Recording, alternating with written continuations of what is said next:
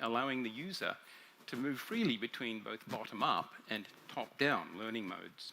And as these tools come up, we'll bring them together in an integrated learning portal that will also be home for our other offerings, including an Explorer-enabled language exchange and tutor matching services. The team behind Mirene includes Silicon Valley and Korean startup veterans with exit experience, language teaching experts, and deeply experienced engineering, now marketing. It's time to wrap up the presentation. Sure. Can you please hurry up? Sure Thank thing. you. So we're very encouraged by the user response, and we're looking to accelerate our roadmap and bring more tools to Korean learners. We take much inspiration from King Sejong and Homer Hulbert, hoping to follow in their footsteps, bringing the Korean language not just to Korea, but to the whole world. Thanks for listening. Thank you. The first IR pitch was given by John Wainwright, a speaker from Mirene, and the topic was Korean language learning service based on machine learning and crowdsourcing. Now it's time to have the Q&A sessions. Our VCs from all over the world.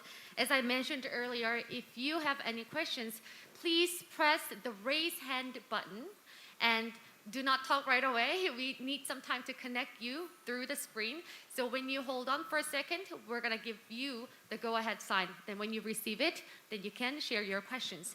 So let's start with the questions. If you have any questions, can you please press raise hand button for us?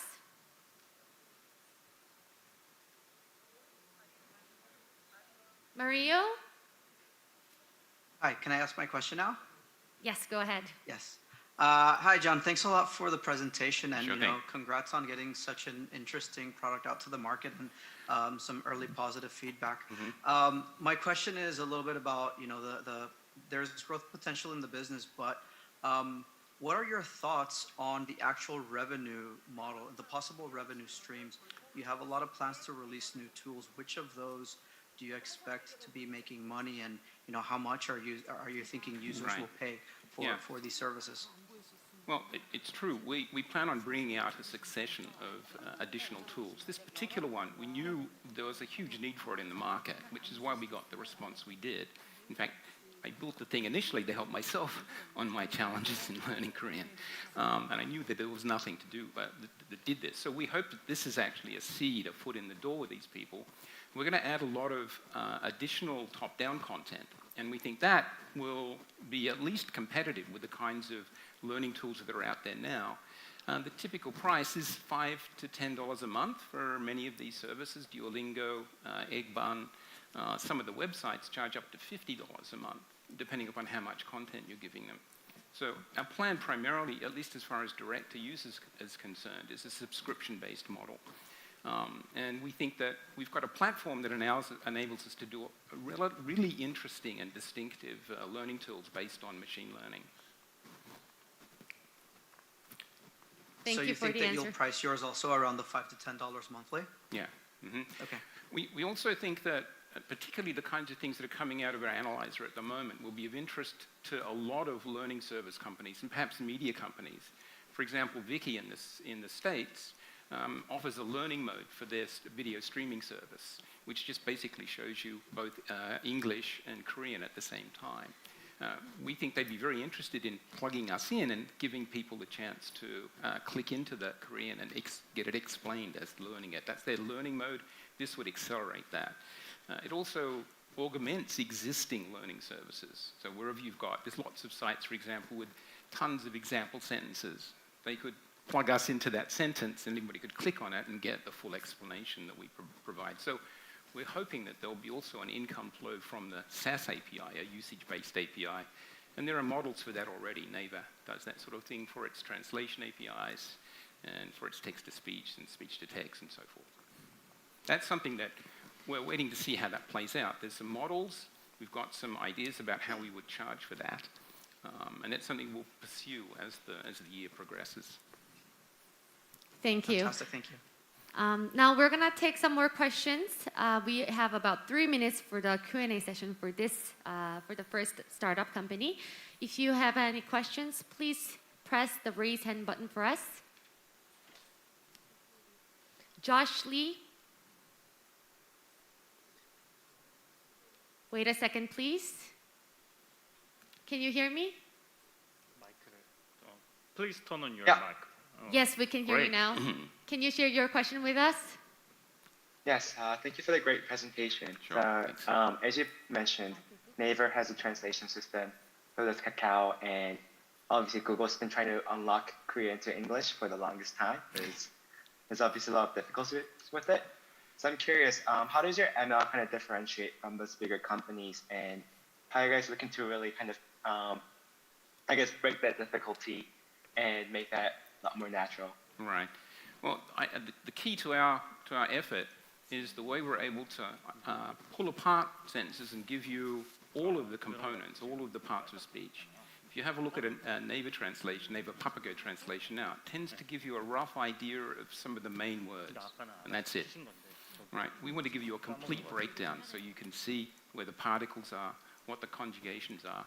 It identifies all of the grammar patterns and explains those deeply. There's a full textbook behind it that you can get to interactively, essentially.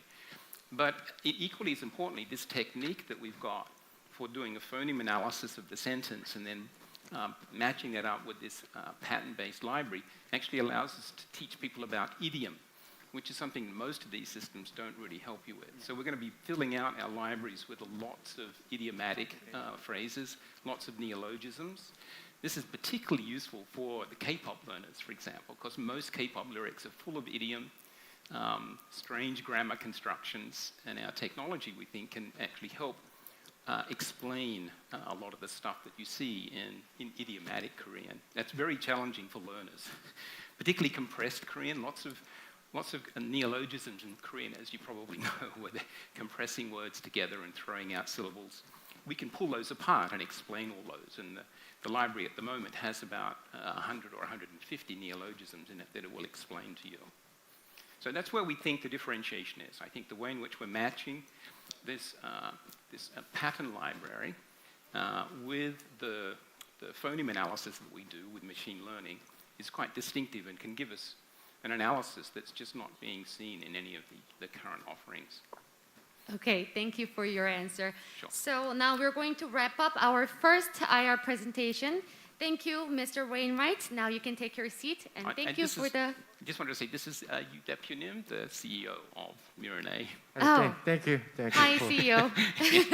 It's nice to see both of you on the Yes. stage. Thank you very much We work for the close together. presentation. Thank you. And also thank you for the questions that you have shared with us. That was very impressive. Now we're going to move on to our second IR speech. I'd like to invite speaker Jung-woo Park from Soinet, and he will give a presentation on inference optimization with Soinet, an AI inference-only framework. Let's first watch the introductory video.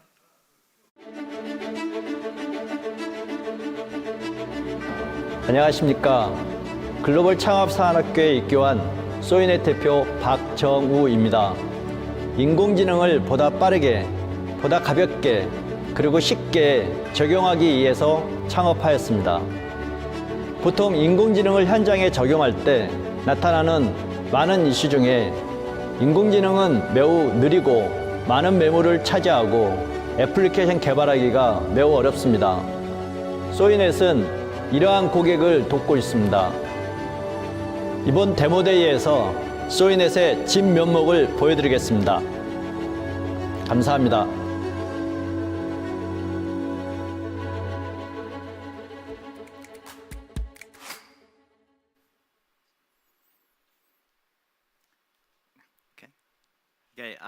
Hi, I'm Jung Park. I'm the CEO of Soinet. When you first started at the Soinet, the artificial intelligence was very slow, and there was a serious memory issue with learning artificial intelligence. It has improved a lot, but it is still not the optimum. And then we show that how Soinet can run faster than the existing artificial frameworks. This is Soinet, founded years of IT expertise from IBM and global companies. We have known each other for more than 20 years. There are many different problems in the AI market, but we have focused on solving the problems with implementing artificial intelligence. Your trained AI is very slow and heavy and difficult to apply, and it evolves faster than you can catch up. The market is transitioning fast to production. According to JP Morgan, the inference execution market is likely to be worth $50 billion by 2022. And considering this, SoyNet addressable market could be $5 billion. As you know, the existing general framework such as Google TensorFlow is comprised of training engine and inference engine. These two engines has different functions, but they work together for AI training. It's just like when you study computer science degree, you need tons of books to gain knowledge, and you go to library. But when you go out in the real world, do your job, you don't need to carry those books with you. So we eliminated the training engine, leaving only inference engine. So this makes possible to run AI faster and lighter in the production. SoyNet has been growing rapidly since its foundation 2018. And if there were a remarkable achievement among them, the Finland /2019 will be unforgettable one. SoyNet was selected out of the top 100 company after competing against 7,000 global startups. And last year, we received investment from Industrial Bank of Korea and Saltlux and Planet. And then we have secured the opportunity to advance overseas through Global Startup Academy, sponsored by government. The SoyNet is selling very well, especially to companies who actively want to utilize the artificial intelligence. And so far, there are 15 domestic and foreign customers using SoyNet as their inference engine. And SoyNet was selected as best machine learning company in 2020, and was featured in the magazine's cover story. We have not encountered yet the competitor in the field of inference optimization, but we are also an AI framework that the Google TensorFlow and the Facebook PyTorch could be our competitor. However, we are just the inference-only framework. We don't have a learning engine. But in terms of execution, it's unmatched. SoyNet was applied as the inference engine in the Pascal machine learning operation. Pascal used the Google TensorFlow for their surface defect detection under extreme condition with a high-speed camera processing 40 images per second and the still line moving 500 meters per minute. When you got there, the project was stalled due to slow AI speed. We have the Pascal to run the AI 3 times faster. Because SoyNet is highly versatile and easy to plug in, you can apply it to various industries. We provide AI inference-only framework for customers to deploy to their AI in their production, and we license to them. We will help customers who are struggling with artificial intelligence implementation today, and then we help them prepare for the coming future through continuous investment in technology. Thank you.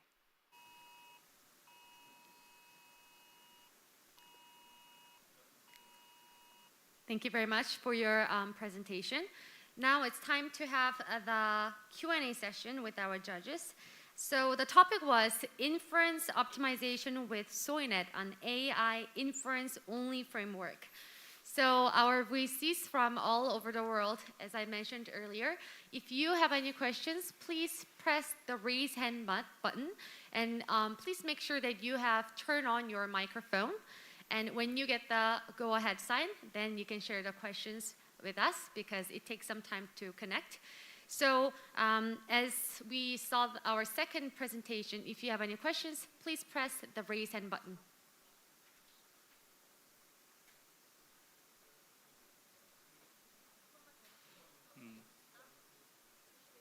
So we have two people who have questions. Now let's start with Josh. Hi, thanks again for a great presentation. So my question was, I find it really impressive that you guys are faster than TensorFlow. And I know that with any algorithms, there's always going to be some compromises you make. I'm kind of curious what some of the compromises that you guys had to make was, and like on the accuracy side, I don't know if you talked a bit about it, but wondering if it's as accurate or if there's some compromises that the companies need to make to get that speed. And if we compromise the accuracy, then SoyNet is useless. And then we are just the inference-only framework. We don't have a learning engine. That's why the memory, we cut out the huge memory in the running the AI artificial intelligence. And then we synchronized about the 6th digit until the 6th digit to when you got the result in the training, and then when you inference, the floating point 6th digit is just like the same. So we don't compromise any the technology, the capabilities. Thank you for your question and answer. Now we have time to answer one more question. Terry, can you please share your question with us? Can you please turn on your microphone? Yes. Can you hear me? Yes. Thank you very much. Great pitch. I'm calling from Plug and Play in California. So it wasn't clear to me whether you're actually a hardware provider with a chip or if it's a software solution that would run on somebody else's hardware. We are just software-based inference-only framework, and then we leverage NVIDIA technology like CUDA and cuDNN and TensorRT. And then we top of that kind of technology provided by NVIDIA, and then we put it our technology, also called Soy runtime. So that's why it runs faster than the existing framework, but 3 times faster. And then the memory, we cut about 1/6 memory usage. So its technology is quite deep, but simply speaking, that we made a multi-process rather than single process in the running the inferencing. Okay, thank you. Thank you for your questions and answers. If you have any questions, I think we have time to answer one more question. Any questions? Adrian? Yeah. Can you guys hear me? Yes. Yes, hi. Thank you. Great speech, by the way. I do have a questions because we invested in the parking companies, right? We want to understand, let's say SoyNet, is it possible to run on CCTV camera? Yes, of course. We have customers, Pintel, and then CCTV industry is quickly transitioning into deep learning, but it increased the accuracy, but it requires more hardware competence. Like it has to have a GPU installed to run the deep learning. That's why the cost is raised up.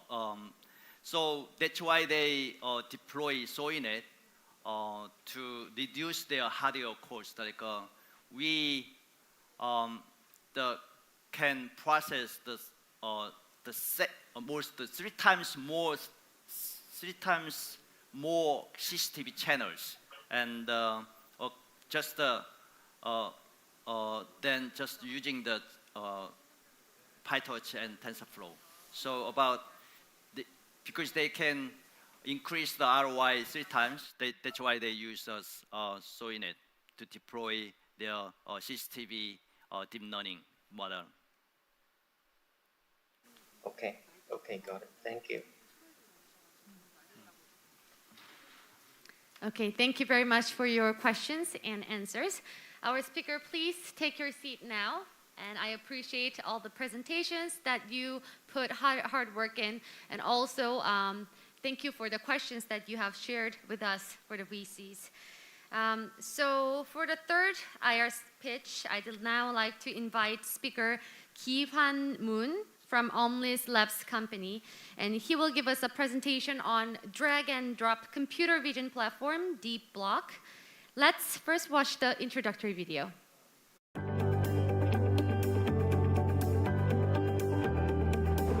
안녕하세요. 글로벌 청년 창업가학교 데모데이에 참가한 옴닉스랩스의 대표이사 문기환입니다. 옴닉스랩스는 드래그 앤 드롭 기반의 간결한 인터페이스를 제공하는 이미지 분석 도구 딥블록의 개발사입니다. 딥블록은 그 중에서도 항공사진 분석에 특화된 AI 기반 분석 도구입니다. 그리고 저희는 이를 통해 공공 부문에서 수행하는 다양한 항공사진 분석 업무를 자동화하여 업무 효율성을 높이는 것을 목표로 하고 있습니다. 모두들 새해 복 많이 받으시고 대회 잘 마무리하겠습니다. 감사합니다.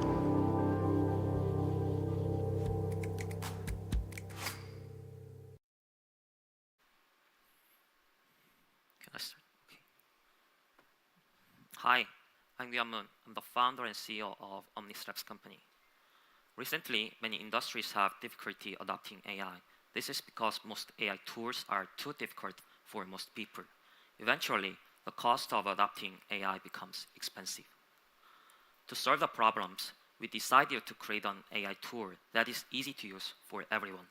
The solution is Deep Block. Deep Block is an AI platform that makes the process of training and inference of AI models without coding.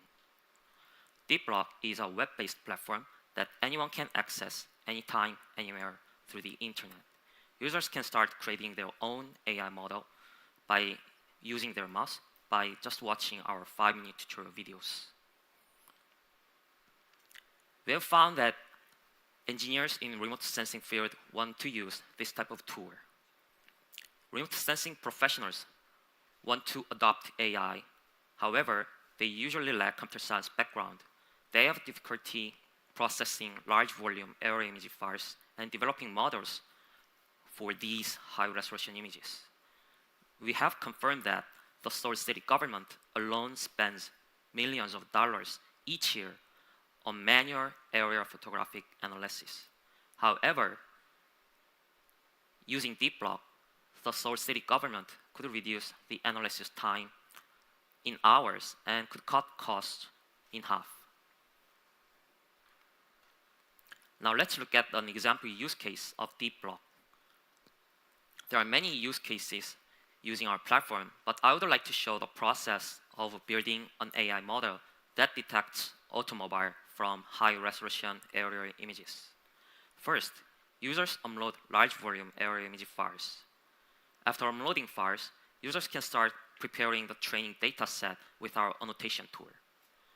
We also offer machine-assisted annotation so that users can reduce time needed for preparing the data set.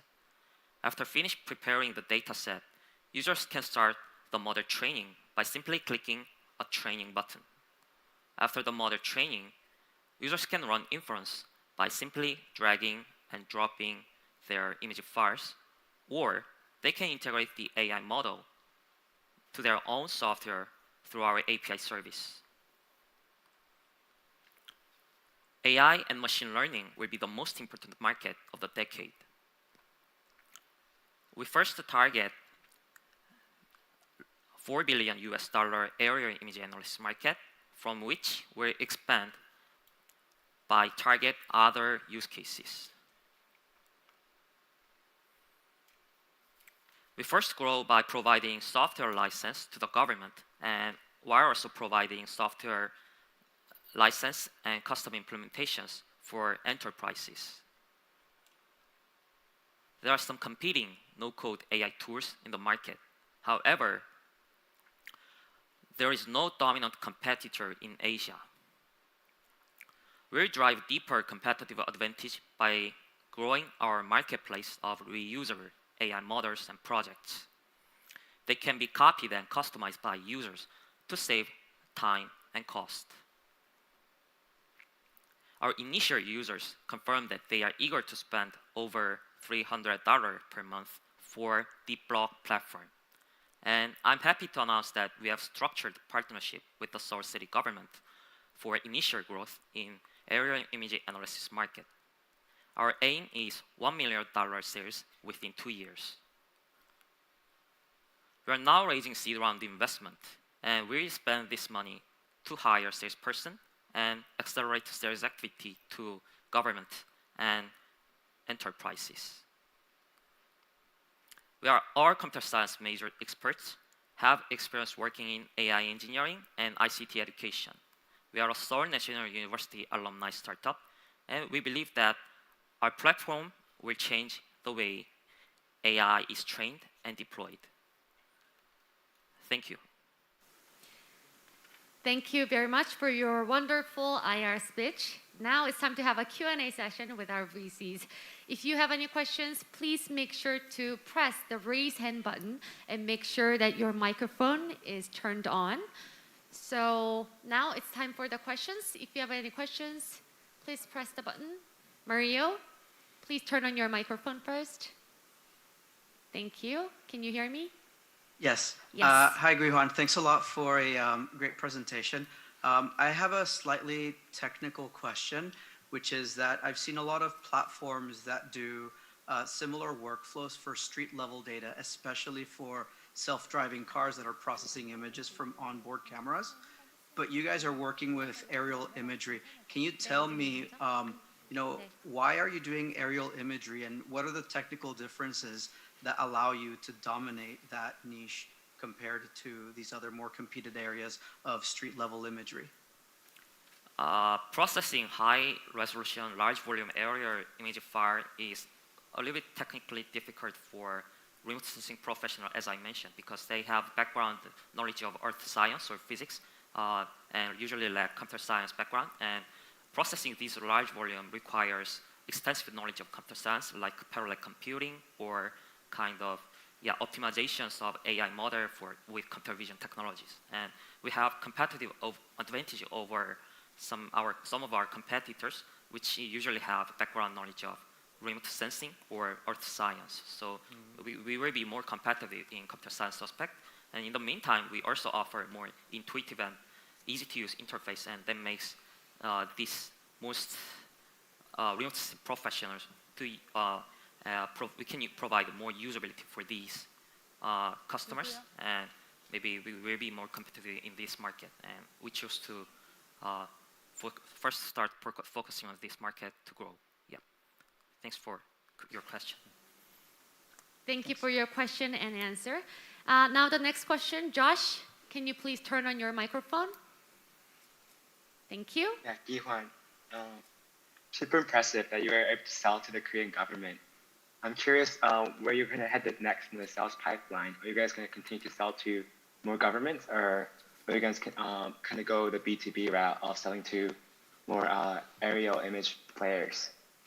We already tried some sector of aerial image analysis from enterprise industry, while also finding market opportunity in B2C market. And some of enterprises are not willing to pay much, or some want to kind of organizing internal team. However, I will just focus on serious activity for now for initial growth. In the meantime, maybe we can explore more kind of transformation and expansion opportunity in B2C market, because we also have organic traffic from our platform, because we already opened our platform and it is open to public. And yeah, maybe while we are working with the South Korea government, maybe some foreign governments may like our service or our team, or in the meantime, maybe organic traffic will grow, and so that we can transit where money flows. Yeah, that's kind of my plan for now. Yeah, thanks for catching. Okay, thank you for your answer as well. I think we have time to answer one more question. Michelle, can you turn on your microphone? Hi. Hi, can you hear me? Yes. Yep. Okay, great.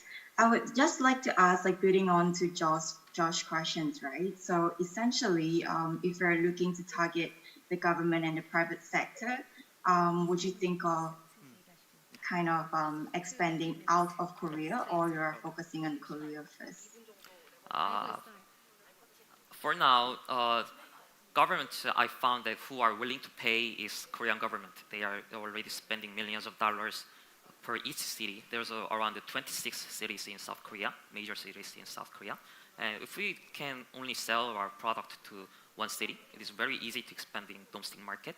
Maybe in the meantime, I will try to accelerate our sales activity if we can get an investment, like participating in trade fair or kind of exhibition to find the foreign expansion opportunity. And yeah, I will spend some amount of money for exploring the B2C market too. And that's kind of my plan. And I hope this can be the answer for your question. Thank you. Okay, understand. Thank you very much for the presentation, and thank you for the questions that you have shared with us. Our speaker, please take your seat. Thank you very much. Now, we have watched 3 startups IR presentations from the Startup Bootcamp Accelerator. Louis from Startup Bootcamp and Taeyong, I'm wondering about your thoughts on the presentations. Let's start with Louis. So what do you think? Yeah, I think they did spectacularly, and I'm extremely proud of all 3 startups. I would say that these founders, they really know their businesses inside out. So when we actually were advising them, we really told them to focus on the narrative structure. Yeah. And we emphasized a lot on having a very powerful opening, being very clear on what the problem is, and being very clear on what the value they're delivering and quantifying it as well. And I think all 3 startups did just that. Yeah. Is there any common advice that you gave to all the 3 companies? Because they are all AI related. So I'm just curious if you have any same advice. Well, I would say that all 3 startups are all at different stages. So usually the advice would be very different. But like I said, with regards to just the presentation itself, emphasis on having a very strong opening, because that part is where you really capture the audience. Yeah. Emphasis on very strong opening. I think that's the key for everything from nowadays. Now, the question for you, Teo. What are your thoughts on the presentations that you've seen? Our teams were great, and I heard that many founders are giving giving their English presentation today. Yes. And this is my first time broadcasting in English too. So I know for me, it's difficult. Yeah. Yes. So for me, it's special, and I know how difficult it is. And I remember Jung-woo Park, the CEO of Soinet, and actually we took video about Jung-woo Park, and I remember he was too shy when we took video. Oh, really? But today he was great. He was talented. Yeah. He was just, doing the presentation, Yeah. minding his own business. Yeah. Yes. Yeah. So I got so inspired today. Yes. Yeah. So I think it's the message what message that you want to deliver to the audience, right? Yeah. It's more important than which language you speak and so on. So Taeyong, I think you have a question for Louis. Is that correct? So I have a question. What did you focus on when accelerating 3 teams? I would say at the start is usually typically it's more of like a diagnosis on where the different startups are, right? And usually they are at different stages and they have different requirements. And then we really narrow down and focus on how we can best help them. For let's say the earlier stage ones, it's more of like, who are your customers, what's the value you're delivering? And as we move on to the later stage ones, if we reach our capacity, we will help them to connect with like more experts, more mentors, investors. Yeah. Okay, thank you very much for your answers. Thank you, Louis. Now let us watch the introductory video from our second accelerator, Plug and Play.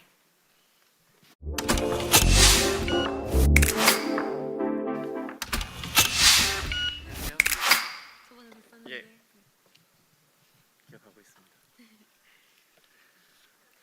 So we have Myung-soo Song, the Director of Corporate Partnership in Korea from Plug and Play, who coached our second startup groups. Hello. Hi, nice to meet you. Nice to see you again. How are you doing today? Good, good. A bit cold though.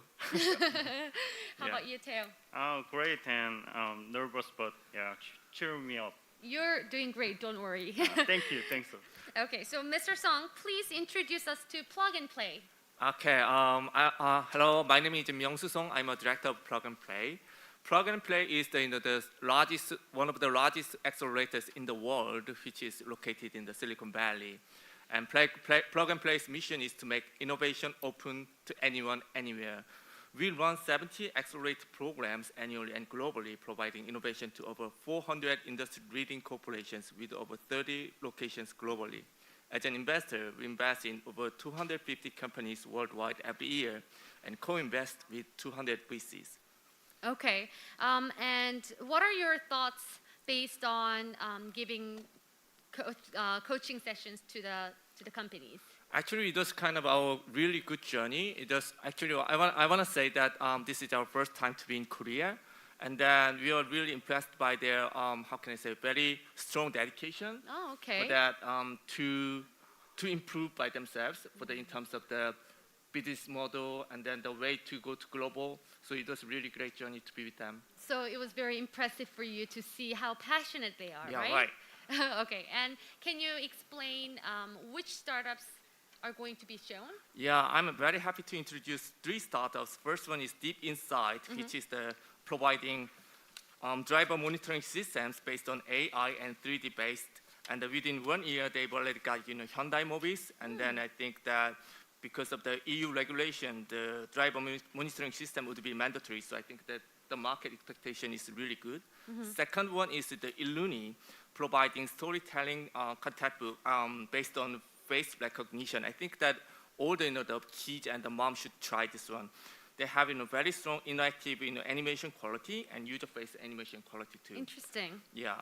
Third one is My Puppy, and then they provide a pet shop insurance company.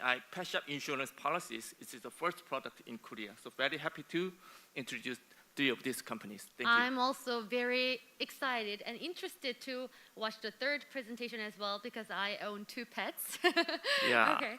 So now 3 startups from Plug and Play will give us the presentations. For the 4th presentation, let's invite Lucas O from Deep Insight. He will give us a presentation based on AI and 3D-based driver monitoring system Deep In View. Let's take a look at the introductory video. 안녕하세요. 글로벌 창업사관학교 데모데이에 참가한 주식회사 딥인사이트의 대표이사 오은송입니다. 자율주행 시대가 다가오고 있지만 여전히 대형 교통사고들이 많이 일어나고 있습니다. 교통사고의 약 70% 정도의 원인이 바로 졸음운전 그리고 주시태만 때문에 일어나는 사고들입니다. 이 사고들 저감하고자 저희 주식회사 딥인사이트는 TOF 기반의 3D 센싱 카메라 기술과 딥러닝 기반의 인공지능 기술을 결합하여 신개념 운전자 상태인식 카메라를 만들었습니다. 저희는 이번 대회를 통해서 저희가 가지고 있는 인공지능 기술, 3D 센싱 기술, 광학 기술을 여러분들께 선보이고자 합니다. 개인적으로는 많은 시간과 노력을 투자를 했습니다. 이번에 1등 못하면 저희 팀원들한테 볼 맛이 없을 것 같습니다. 꼭 열심히 해서 1등을 해보도록 하겠습니다. 네, 화이팅입니다.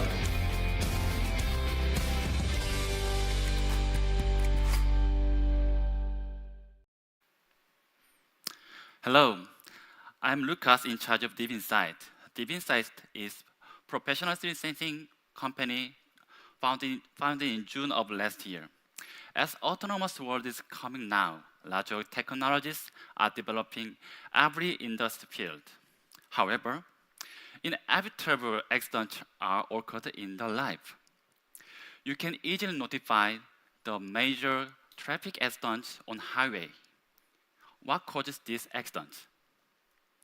Here's the main causes of those accidents are drowsiness and negligence. To prevent such accidents, many companies are developing the driver monitoring system, DMS. Until now, all the DMS solutions are based on 2D camera. There are several cases of malfunctions or false alarms. For instance, the system may not work well wearing of glasses. The alarm is triggered when looking in the side mirror, or it may not work properly in intense sunlight. So, Here is the new DMS solution developed by Deep Insight, Deep in View. This product has two different aspects compared to other DMS in the market. With 3D sensing technology, many more functions can be solved. In addition, deep learning technology based to detect many 3D objects is accompanied. It will be evolved into very useful DMS. With those integrated technology, we've got already 20 patents. We didn't prepare only hardware, not only prepare software solution. As you can see, it works very well, even wearing of glasses on. With the DB system, it can easily recognize the driver's status and habit. We can even forecast the driver's status. Our first business model is definitely come inside the automotive OEM company. To do that, we are cooperating with the Tier 1 group of Hyundai and Toyota as contracting or development project. The second business model is looking for our aftermarket of automotive. Our potential customers are bus, truck, and taxi transportation company, and our DMS can collaborate with the car sharing and insurance company. We already done contract with the control system company related with the Kakao and Soka also. The market size of the ADAS and AD is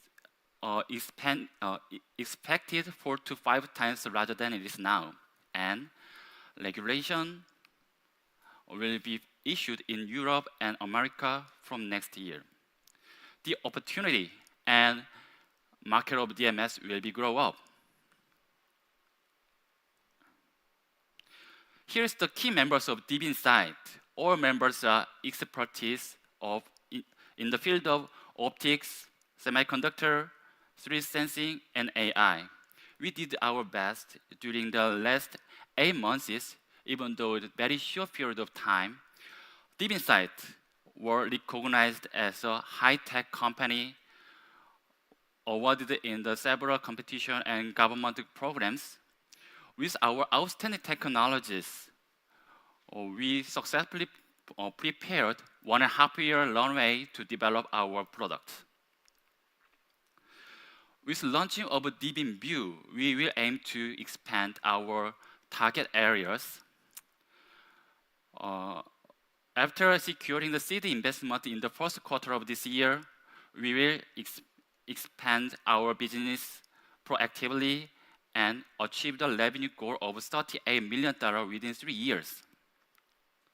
The 3D world is upon us. It will be here sooner or later. Deep Insight will focus on those target market with different insight, valuable, invisible, and smart.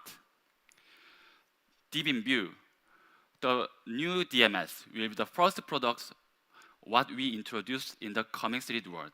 With your investment, we will do our best, provide and deliver inside the products in the coming 3D world. Thank you very much. Thank you for your presentation, and it's a perfect timing as well. So the fourth IR pitch was given by Lucas O, the speaker from Deep Insight. He gave us a presentation on AI and 3D-based driver monitoring system, Deep in View. Now it's time to have Q&A sessions. Do you have any questions? Please press the button for us.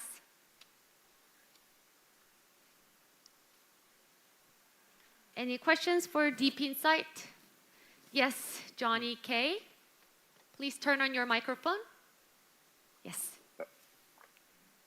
Okay, can you guys hear me out? Yes. Hello? Yeah. Thanks for your speech. I understand within very short period of time you achieve a lot of successful outcome, I guess, within very short time. I just want to understand your nature of engagement with your stakeholders, with OEM especially.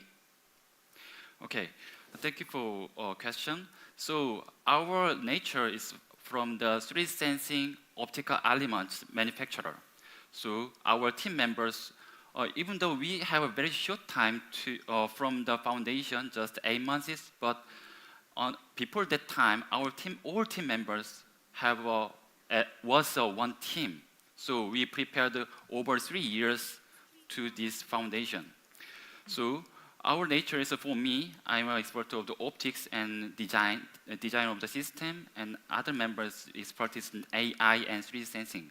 So we are collaborating with the other OEM partners in Korea and China also. So it is very well to prepared.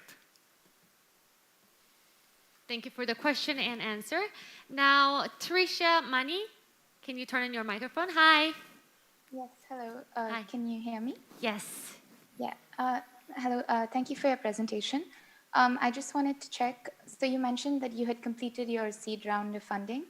I just wanted to know how much did you raise and at what valuation? Yes. In the seed investment, we just done at just 2 weeks ago. So just $0.5 million, and so this amount will be for our HR, so to hiring some members and to develop our products more higher performance. Thank you. Now I think we have time to answer one more question. So Ye Shang Ten, can you go ahead with your question? Hi, can you hear me?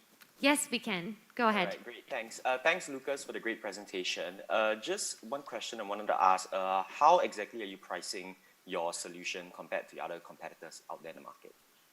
Yes, it's a very important question. So we have two solutions. We will try to the one solution is for B2B. So just we will make some optical module or camera module to the manufacturer. And another thing is to our brand product. It will be B2B or B2C. So it will little bit low price and to optimize some functions. So there are two kinds of strategies to selling our products. Thank you very much for your questions and answers. Because of the time limit, I think now it's time to wrap up the fourth IR presentation. Our speaker, please take your seat. Thank you very much. And thank you so much for the nice questions that you have shared with us. Now we're going to move on to our fifth presentation. And let's invite Byung-Hwa Park from Illui. And he will give us a presentation on interactive mixed reality user protagonist story content, story self. First, let's look at the introductory video. 안녕하세요. 글로벌 청년사관학교 데모데이에 참가한 일룬이입니다. 일룬이는 AI 원천 기술을 기반으로 새로운 융합현실 콘텐츠를 제작하고 있는 회사입니다. 이런 기술을 기반으로 누구나 어린 시절 한 번쯤 꿈꿔본 동화 속 주인공의 꿈을 이루어주는 서비스 스토리셀프를 올해 4월에 정식 출시를 준비 중에 있습니다. 스토리셀프는 사진 한 장으로 매우 실감나는 자신의 포토리얼리스틱 캐릭터를 생성을 하여서 가족 모두가 주인공이 인터랙티브 스토리 콘텐츠를 즐길 수 있는 어플리케이션입니다. 실제 도서에서도 자신이 주인공인 동화를 만들 수 있는 스토리셀프 커스텀 스티커북도 이번 1월에 출시를 하여서 판매 중에 있습니다. 본 데모데이를 동화 속 주인공의 꿈을 세계의 어린이들에게도 이뤄줄 수 있는 기회로 만들겠습니다.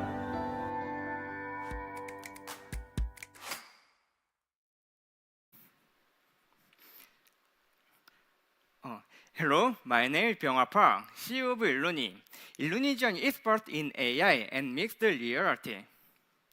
When we are children, today would have song like this and listen once when reading a fairy tale. I wish I could become a protagonist of this story. That's why children love role-playing. There were some previous contents to achieve these children's daydreams. However, they are not scalable. They are bad interactive animation quality, and they are bad user face character animation quality because there is no professional GUI tool for this content, and lightweight face character generation technology was not exist. So and some parents prefer printed book rather than digital content, and there is no that kind of book in the world because it is hard to print each customized book. So Illuni makes story self that makes whole families become the protagonists of the story content together in both physical ways and digital ways. So let's see story self. It provides various interactive features such as voice recording, user face character generation, AR stickers, and interactive missions. With story self, Illuni wants to provide unforgettable memory for families. Then, how we make this content scalable and high quality? We made a professional GUI program for this content that artists and animators can create interactive mixed reality content without programmers' help, so it becomes easier. How we make realistic user-face character? Illuni is a professional AI technology company, while other predecessors was not AI firms. So, using our patent technology, we provide comparative user photorealistic face character. StoryCell provides not only digital content, but also printed paper book with custom stickers that solve high-cost issue. Children can play with their country's facial expression face character to create their own storybooks. We've already made 9 content to fit global market and want to bring this content to global. Here's StoryCell business model. At first, we'll sell custom sticker books and story content. With that, using various interactive features such as face character generation and decorating using AR stickers and page stickers will bring us additional scalable revenue. We can also attract users from both StoryCell application and custom sticker books together each other. Illuni is the best team for mixed reality with AI. Myself, as a founder, is a PhD on machine learning in Postec, and we are 11 members with various backgrounds. We already have 5 patents about StoryCell and already submit global patent. Previous content makers who allow the user become the protagonist were successful in Korean market, although their quality was not excellent as StoryCell. The global market size of interactive children's book is expected to grow more than $3 billion by 2024. However, there is no user protagonist storytelling content in the global market yet. So, with StoryCell, Illuni wants to break into the global market at first time. In this huge market, we aim to capture $10 million for both Korea and America. To achieve this goal, we target 2 million children in the market. StoryCell is already on the market. We've launched the beta MVP version in the last December, and we will launch official version in this April, and global version in this year. StoryCell custom sticker book is also available in the market in e-commerce. We hope this demo day to global VCs become the opportunity for us for StoryCell global launching and global partnerships. Thank you. Thank you for the great presentation. I think it took us to our young time when we were young, and I could remember all the fantasies and all the fairy tales that I have read when I was young. So the 5th presentation was given by Byung-hwa Park, the speaker from Illui, and the topic was Interactive Mixed Reality User Protagonist Story Content, Story Self. Now it's time for the Q&A session. If you have questions, please press the button, raise hand.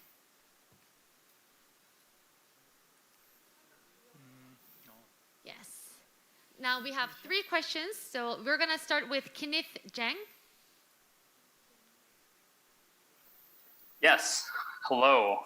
First and foremost, thank you for the fantastic presentation. I was just wondering if you could elaborate more on your anticipated pricing model, especially when it comes to, I think, the add-on revenues in addition to the app, such as book printing and goods and so on and so forth. Sorry, I beg your pardon. Yes. Could you elaborate more on the pricing model for, I guess, both the core app and also additional products such as books and other goods? Can I see the my presentation file now?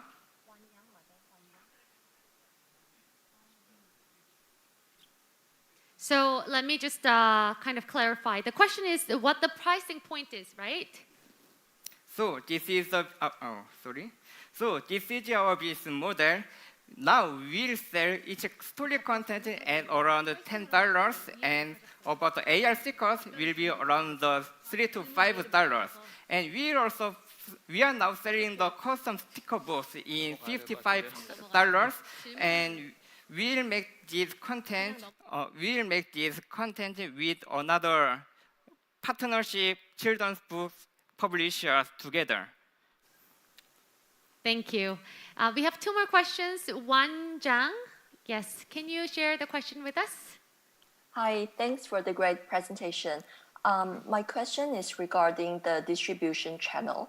So beyond the app, do you also have any offline distribution channels, especially for the books that you are selling?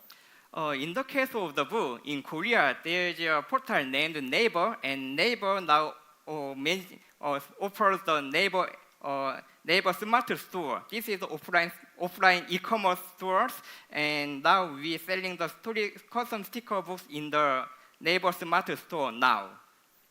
Great. Now I think we're going to take one more question from Tricia Mani. Hi. Yes, hello. Thank you so much for the presentation. So I think the idea is really great, and I see a lot of potential in the education technology sector. Thank you. So my question is whether you would be looking at building your product up and moving it into the education tech sector as well. Yes, we hope to transfer our service to the educational sector, especially in language, because our application is interactive application. When we touch the subtitle, the subtitle says play the sound. So we are now making the English education app for children now. So I think in America, using our application, they can also learn the Korean using our application. Interesting. So it can be the language education as well. By the way, I also want to say one more thing.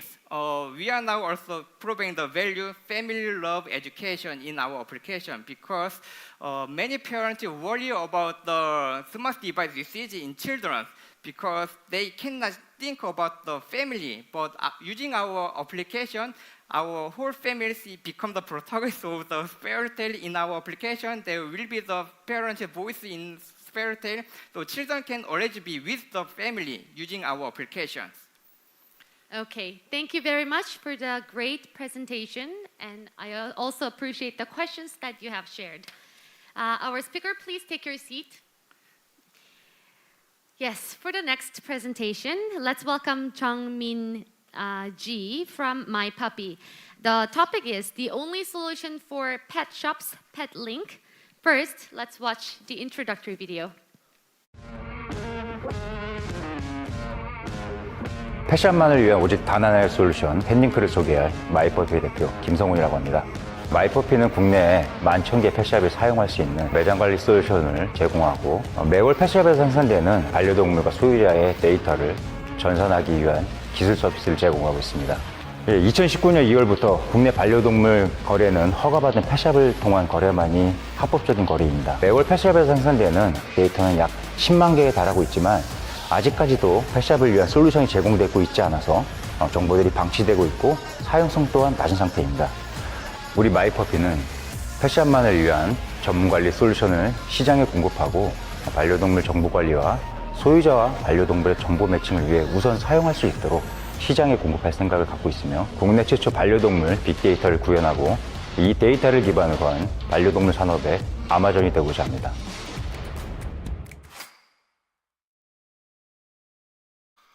Hello everyone, I am 정민지, co-founder and CTO at MyPuppy. pet shop is a place where the dogs are traded first. It is important that it is the start point of pure pet data. Over 1 million dogs are usually supplied from pet shop annually in Korea, but there are two main problems. The first is the in pet shop, the data is not organized and utilized. The contract is written manually and stored in paper, mostly. So our solution is to provide dedicated pet shop's data management system. It's a platform to record, manage, and analyze pet and owners' data. It can trace pet owners and provide targeting promotions. The second problem is there is no countermeasures against fatal virus disease.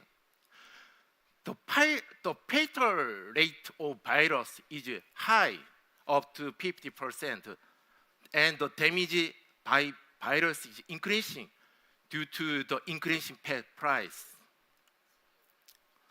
So our second solution is to developing pet shop specialized insurance.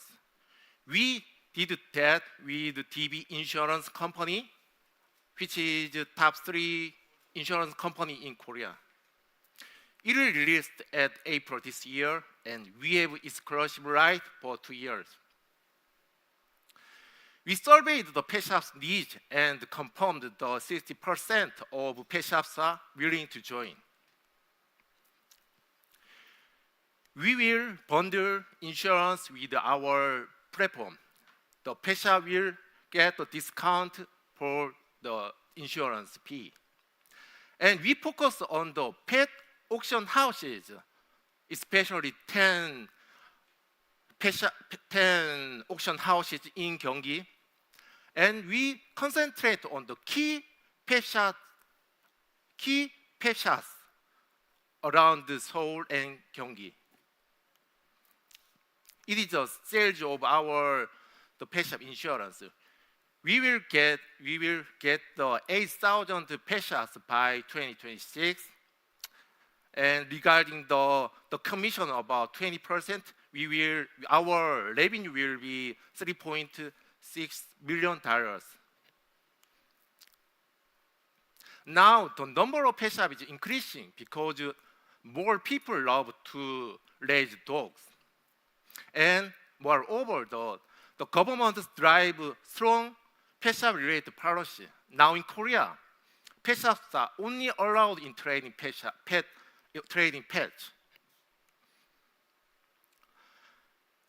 We will expand our business model to owners based on our pet shop data platform pending, such as pet insurance, advertising, commerce, private brand, and offline pet shops. We get the grant from government and seed from investment, but we are asking for more investment for intensive marketing, hiring, and deposit for insurance. For less than 2 years, we have achieved some performance, and now we have 245 shops participating in our frame test. We now have 4 patents pending for register.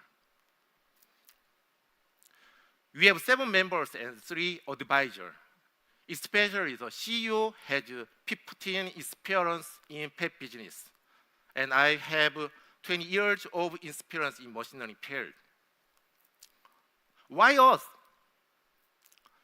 Actually, we focused on the pet data about 10 years ago. We think that the pet data is very important in the future. We accumulated experience and network. So we believe that we can do most in pet data business, not only in Korea, but also in global. Thank you. Thank you very much for the wonderful presentation. The sixth IR pitch was given by Jungmin Ji, the speaker from My Puppy, and the title was The Only Solution for Pet Shops, Pet Link. And now it's time for the Q&A sessions. If you have any questions, please let me know. Hi, Jessica. Please turn on your microphone. Thank you. Hello. Can Hi. you hear me? Hello. Yes. Oh, hi. This is Jessica from Hong Kong, and thank you for your great presentations. And I heard that the DB insurance you're mentioning in your presentations, and I would like to know how are you collaborating with DB insurance, and are you also providing them with the data and pet market insight? Yes, I first asked the DB insurance the why there is no insurance for only pet shop.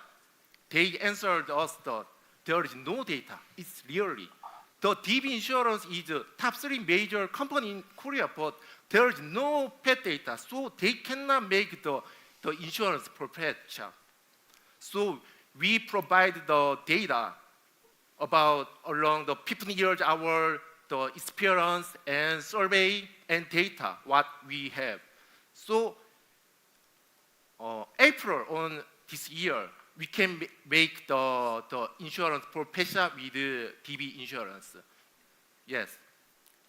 Thank you for your question and answer. Sorry, let me just add on to what he said and summarize. Of course. So My Puppy not only acts as the agency to distribute these pet shop insurances, but they are the ones that give these data and deep insight of the market demands because they have 10 years of accumulated experience for pet shop data. So they are the ones that initiated the idea and initiated the process of making these pet insurance products. Thank you. Thank you. Now we're going to take one more question from Josh. Yeah, hi. Thanks again for a great presentation. So my question was regarding the deep insights. So what are some insights that you're providing these insured companies, and what kind of actions are they taking with those insights that you're providing?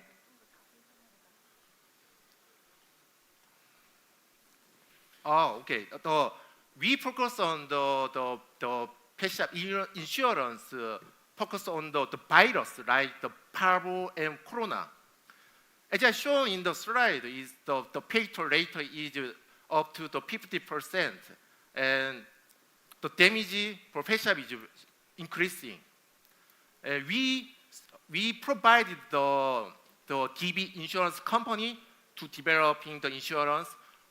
Our data is the dog's type and how many pet dogs died in the pet shop by the virus, and the age and others. We searched that from the 2,145 pet shops from there, and we provided the DB insurance. Yeah. So our marketing point is we will be the agents of the DB insurance company. So we can only sell the insurance only My Puppy. Yeah. Thank you. Thank you for the question and answer. Now, Johnny K, would you like to share the question with us? Oh yes. You said sorry. As a part of your marketing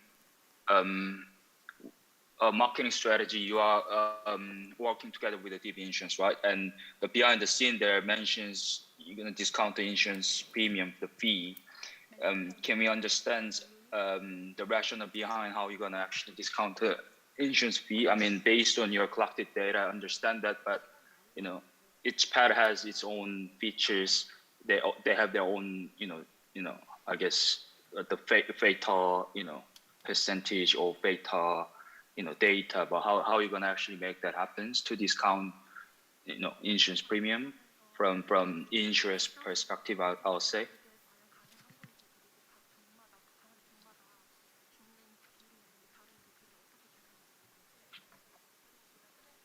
Okay. Our system is free, and if the pet shop using our system has get discount, and so our commission will be low in that case, but you will get mostly 10% commission if the pet shops have discount for the insurance. And next.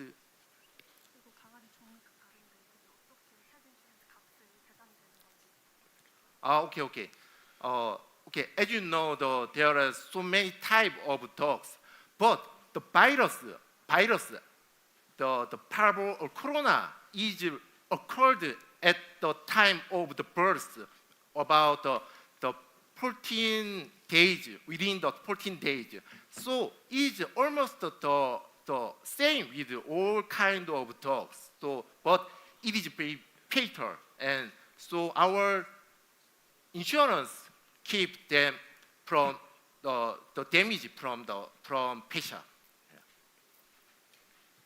Thank you very much for your kind answer and also the wonderful questions. Due to time limit, I'm sorry for not being able to take any more further questions.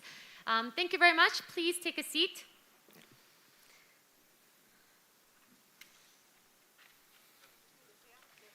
Yes, so now we have finished the IR presentations of the second round of 3 startups, this time with the Accelerator, Plug and Play. So first, Taeyong, what do you think? Do you have any questions? I think all teams were great, and I have a question. I was reading comments on YouTube, and there was a discussion in the chat window, and I think this question is very interesting. It's about deep insight. Okay, so this question is for Mr. Song. Yeah. Yes.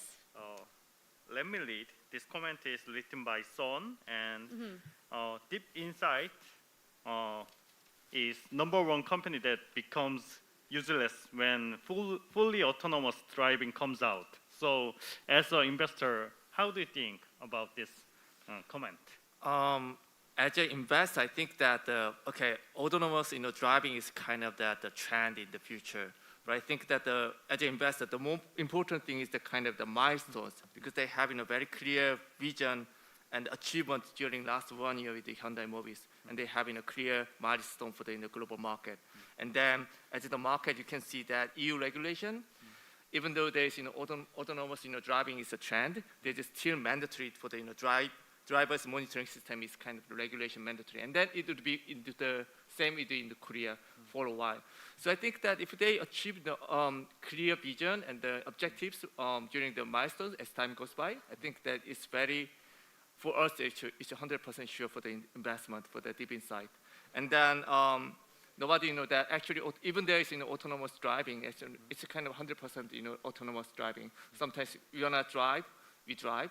And sometimes we are kind of autonomous driving, and then it goes like that. So we would not abandon our pledge of the driving, I think, in the future too. Thanks for your answer, and this is investor's comment. Right, so he gave the comment on the investor's point of view. Okay, so because of the time limit, I think we're gonna move on to our next part. Thank you so much, Mr. Song. Thank you. Thank you. Thank you. Now, I will introduce you to the next accelerator, 500 Startups.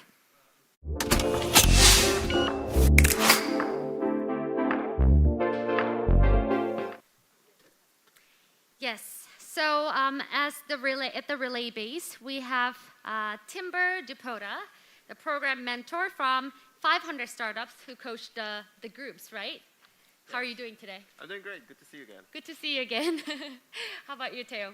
Great. Yeah, I'm so great. The other question was great, by the way.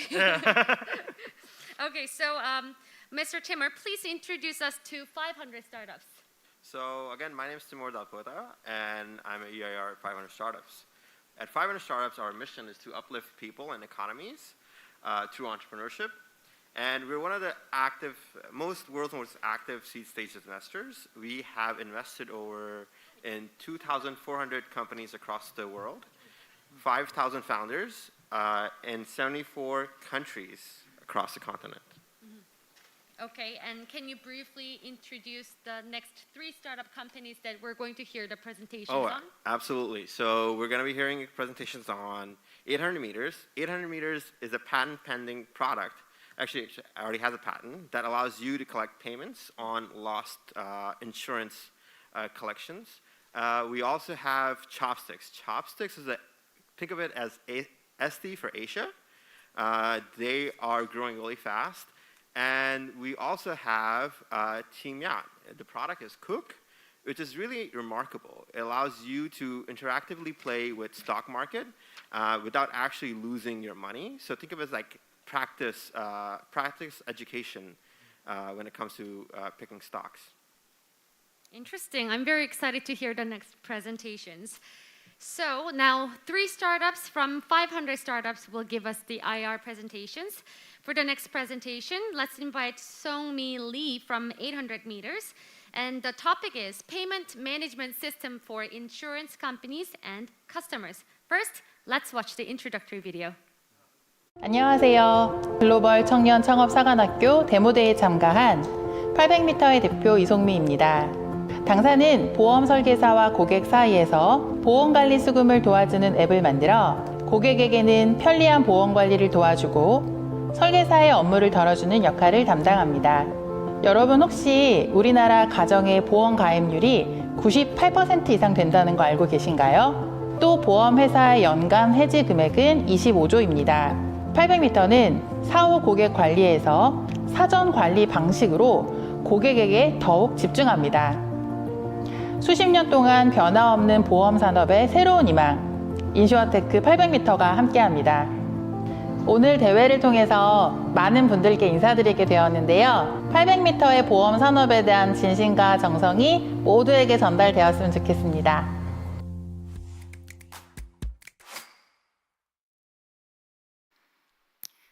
Hi everyone, I'm Song-mi, CEO of 800 meters. Our patented platform enables insurance companies to automatically collect payments from their customers on time. The Korean insurance market cancellation fees are above $25 billion per year, such a huge amount.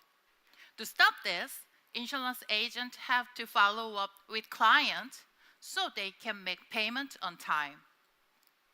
Agents have to remind them of any late fees, which is really difficult and time-consuming. I saw this problem firsthand as I worked as a life insurance planner for over 10 years.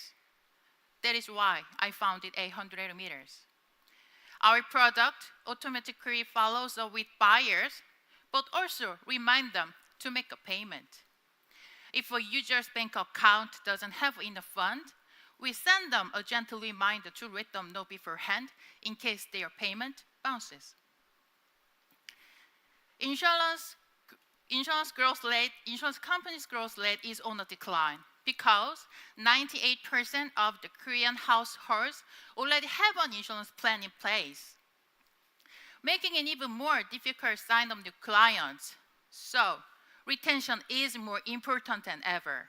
It allows us to seize this opportunity and provide these insurance companies to manage their users' billing on time. In 2019, the cancellation fee in Korean insurance market was $25 billion. At 800 meters, we are aiming to 10% of this saved money. This $2 billion just in the insurance sector alone. We work with 50 insurance firms. 8% of them said they would renew to pay us 10% of the college fee. In fact, during our first launch, we reached 40,000 new user signups. We have a patented payment collection system that has won awards in Korea as well as in global market. Some business agents invested in us, and we have obtained the venture business certification from the government. Our product can be adopted and applied to other sectors like credit card, mortgage loan, e-colleagues, payment, and many more. We keep 10% of the insurance head saved. We make commission on any other product we sell through our platform. As I mentioned before, we have over 10 years experience working in the insurance and IT industry. Now, we are bringing the best of both worlds to create something that not only helps insurance companies retain clients, but also make sure people are protected if there is an unforeseen life event. Now, we are currently looking to raise $1.1 million to create in seed investment to continually build our product and grow company to the Southeast Asia market and onboard new users. We are 800 meters. We are leading the way we correct payment. If you want to disrupt an industry that has not seen innovation in many years, come and become part of us. Thank you. 감사합니다. Thank you so much for the wonderful presentation. Now it's time for the Q&A session. Is there any questions? Please press the raise hand button. Hi, Austin. Can you please turn on your microphone? Yes, can you hear me okay? Yes, I can hear you now. Great, thanks so much for the great presentation. I was curious, what is the most difficult technical challenge that you overcame when building this product?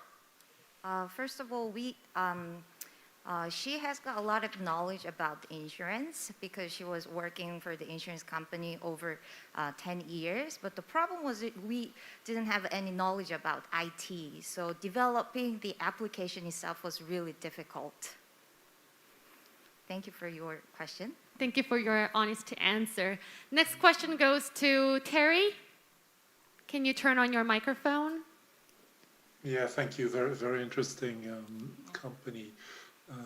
So the question I have is on your technology, on the patent you have. Could you give a little bit more color on the differentiation and what you do that is so important?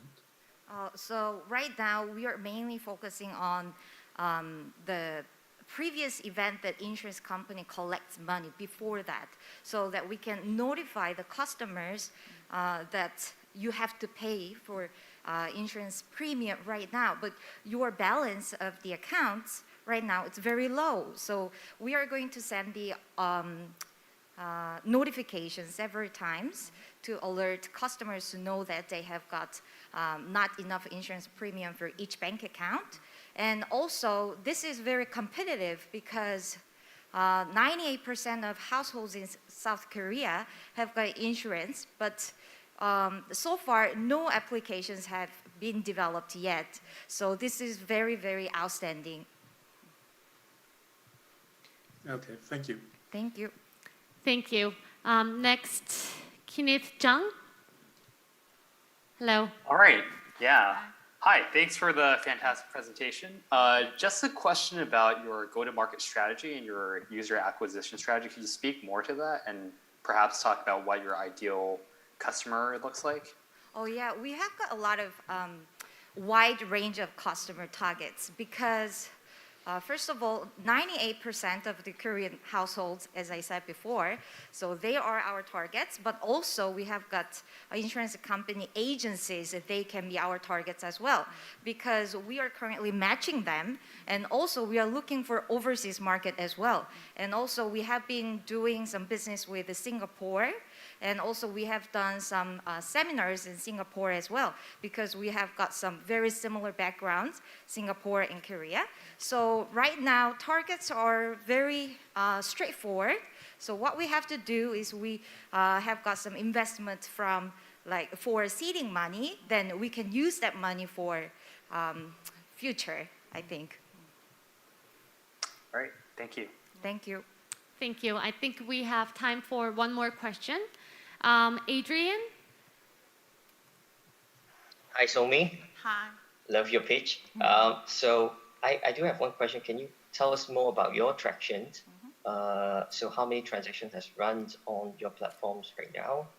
And if you have time for second questions, like, can you tell us where 800 meters come from? The name. Yes, 800 meters, if you look at very closely, can you think of any alphabets? It looks like 8. It looks like a B, right? So it's a boom. So boom means it's popular. It's really, really outstanding, right? Extraordinary. That's why she came up with the idea. Boom, that market, yes. And also, in the beginning, the company has 40,000 users to subscribe not really, the enrolled or install the application on the mobile phones. And also, she was doing some field tests with several companies in Korea. And then they said they are willing to renew the contract with this 800 meters. So we have got bright future, I guess. Perfect. Thank you. Thank you. Thank you very much. Now you can take your seat, our speaker. Thank you very much. Thank you for the wonderful questions that you've shared with us. For the next presentation, let's invite Jin Gyo-seo from Team Yacht. He will give us a presentation on stock market gamification app, Cook. Let's take a look at the introduction video first. 안녕하세요. 글로벌 창업사관학교 데모데이에 참가한 팀요트 대표 서진규입니다. 저희는 증권사에서 만난 4명이 모여 주식 예측 퀴즈 앱 꾸욱을 개발하였습니다. 2020년은 개인들의 주식 투자가 폭발적으로 증가한 한 해였습니다. 하지만 과연 이 개인들이 시장에서 무사히 살아남을 수 있을지 의문이었습니다. 이것이 개인 투자자들을 위한 새로운 형식의 금융시장 플랫폼 꾸욱을 개발하게 된 이유입니다. 유저들은 재미있는 예측 퀴즈 컨텐츠를 기반으로 시장과 기업을 공부하고 서로 의견을 나누며 함께 성장할 수 있습니다. 투자자가 책임 있게 투자할 수 있도록 돕는 것, 이것이 저희의 미션입니다. 런칭한 지 2달 만에 벌써 5,000명이 넘는 유저가 저희와 함께하고 있습니다. 이번 데모데이를 통해 더욱 많은 분들에게 저희 꾸욱을 소개하고 싶습니다. 지켜봐 주세요. 감사합니다.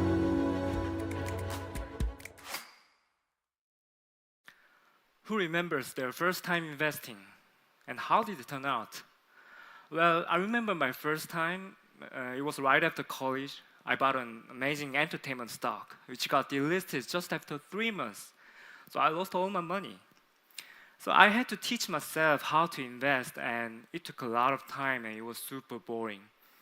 I saw a lot of people who were facing the same problem, and I said to myself, there must be a better way. Hi, I'm Jin Gyo-seo, CEO and co-founder of Team Yacht, and our product is called Cook. Cook is a stock market game that allows users to make predictions on the market by using real-time market data and rewards them with free stocks. Because of COVID-19, people have been running to the stock market. The amount of trade has increased by 3-fold in Korea since the start of the pandemic. But the problem here is that a majority of people are investing without any prior stock trading knowledge and experience. And similar to the recent GameStop frenzy, we have seen so many inexperienced investors blindly following the market trends. This is why we launched Cook. Our app educates first-time and inexperienced investors and makes it fun for them. You will compete with other users by making predictions on the market. It has all the thrill and upside of real stock market without the risk of losing your life saving. On top of that, you are rewarded for making good predictions by winning free stocks. We provide educational content to our users so that they can learn themselves while participating in the game. We make this an interactive and social experience so people can easily share their opinion and insights with other community users. So you can get the experience, knowledge, and even confidence to take on manageable risks when you're ready. We are initially targeting 6 million active and potential investors in Korea who are under the age of 40. That number is growing every year by more than 10%. Our users show that this is the best timing. We launched our app 2 months ago and have acquired 5,000 users already. And over 40% of them are weekly active users. In the upcoming month, we will be monetizing our service by allowing users to subscribe to Top Performer, where they can create content, teach their best tips and tricks, and earn money from other users who subscribe to their content. We also place advertisement for financial products and stockbrokers on our app. Let me introduce our team. We have over 20 years of experience, of combined experience in trading, product, and sales in financial fields. In working closely with individual investors, we have seen the problem people have firsthand, and we wanted to create a simple solution to solve these problems. We are a very focused and dedicated team. It took us only 6 months from brainstorming this idea to launching the product and getting a ton of users. Imagine what we can do in the next few years with your support. We are currently looking to raise $1 million to further develop and refine our product and acquire more users so that we can increase our daily active user by 50,000 by the end of this year. And we also we are going to make profitable with the subscription service by this year. And we also expand our service by providing global market content. Again, we are Team Yacht. Our mission is to guide people to invest responsibly. If you want to be a part of our company that is changing the way people learn about investing, please reach us anytime. Thank you very much for listening. Thank you for the wonderful presentations. The topic was stock market gamification app Cook. Now it's time to have the Q&A session with our VCs. Let's start with Jason. Can you turn on your microphone? Thank you. Hi. Yes, hi. Thank you for the great presentation. Very interesting. Thank you. First of all, I'd like to get some more insight into how you plan to capture those educational and high quality content that will be very useful to the investors, especially those investors who are newly joining the market and would require a lot of good insight. Thank you for the question, Jason. We are actually focusing on as you said, we are focusing on the less experienced investors. So for now, we are making stock information that is very easy to read and easy to understand. Because in the mobile trading system in Korea, all apps are providing just same as the company issue that their information in Korea there is a dot. But that information is all filled with numbers that people cannot easily understand. So we are explaining what the number is actually meaning and what the company is really doing. So and how they can earn money actually. So that part will, part will be the first. Firstly, we want to express to our users with educational content. Okay, thank you. Next question, Austin. Can you share the question with us? Yes. Can you hear me okay? Yes. Yeah. My question was, how do you promote responsible investing? Thank you for the question, Austin.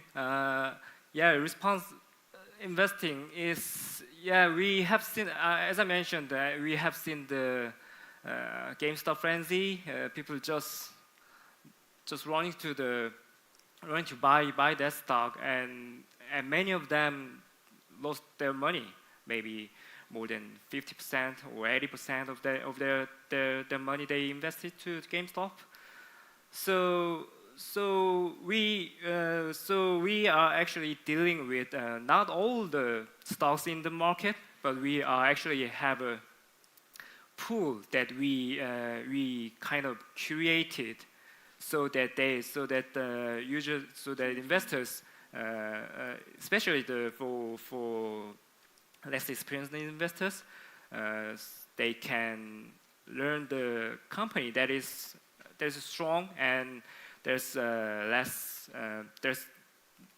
how do I say, less possible to drop.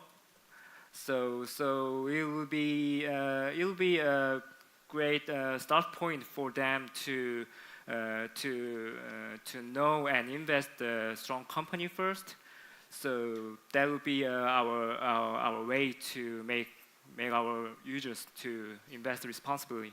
And we also provide the warning sign of the market. And we actually commented about the GameStop before the big drop. So you must be warned, and you must be really careful about investing the GameStop or BlackBerry and the kind of the Reddit stocks, as you know. Thank you. Thank you. One last question from Kenneth. Hey, Jinkyo. Thanks for the presentation. Kenneth here from SC Ventures. I think just one question from me, right? I think slightly similar to what Austin mentioned. I was just wondering, in this case, how do you actually measure success of these education services that you provide, right? Do you actively track the trading activity or the portfolio of the users, right? How do you know they are following your advice and not jumping on the hype on GameStop, let's say maybe 5 years later or something? When something new comes up.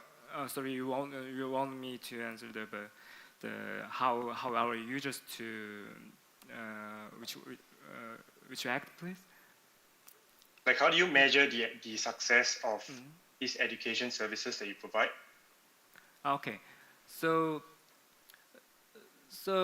in our app, users will be competing with other users so that they can make predictions on the market, but to be successful for users and for as investors, they will actually get the information we provide, and we our educational content as well, and we actually give them free stocks so they can especially for potential investors, there will be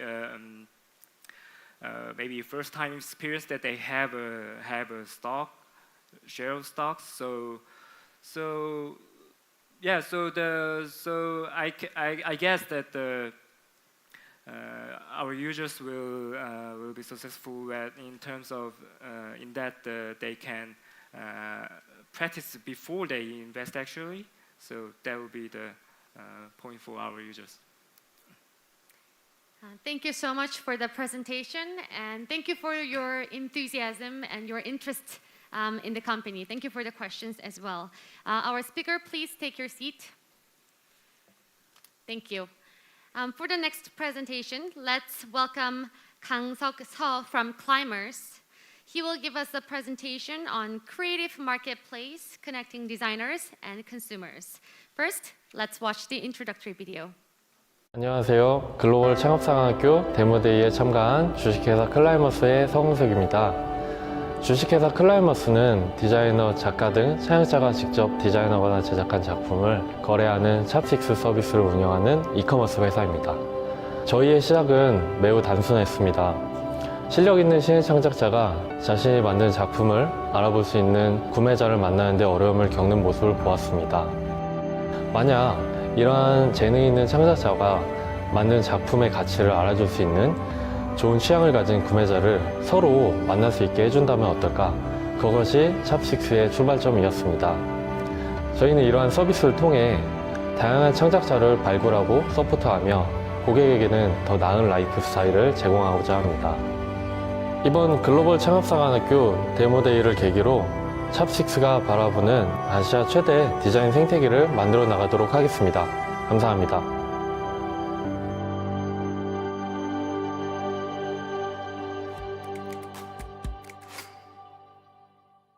Hi, my name is Kang. I'm the CEO and founder of Climbers. Our product is Chopsticks. Chopsticks is a B2C marketplace that connects independent product designers from all over Asia to the rest of the world. I have a friend who could design and create amazing products, but she didn't know how to sell and promote her works. So she struggled to get sales and eventually shut down her business. My journey with Chopsticks began as I was looking for ways to help her. There are over 300,000 independent designers and handicraft creators just in Korea alone. They are extremely talented, but they have a hard time promoting and reaching buyers. Most of them stop creating amazing products and pursuing their passion because they cannot make money, just like my friend. And the problem for the customers who won't accept anything else is that they want to buy unique items, but the products are scattered all over the web like Instagram. That's why we Chopsticks created an online marketplace for these talented designers to market their products. We want them to sell what they've created with their heart and soul, connect with people who love their products, generate revenue, and support their passion for doing what they love. And our customers can find hundreds of unique items and support their favorite artists. So, how does it work? First, we find talented independent designers and create the product for our customers. The products fall under a wide range of categories, focusing on interior design goods, home decors, and more. Then we become storytellers to the designers, supporting them as their in-house marketing team by showcasing their stories, works in videos, and posts and articles on multiple channels. We let our designers do what they do best, and Chopsticks takes care of the rest. We take a 20% commission from each transaction, and we also have a B2B site where we partner with unique design boutiques to sell our products on commission. But why now is a good time to start our business? Because the potential for these designers is huge, and our product offering is growing every year. Also, Asia is becoming a bigger exporter in the world. In the past, we used to look to America and Europe for the latest trends, but now things are changing. We see a paradigm shift in culture.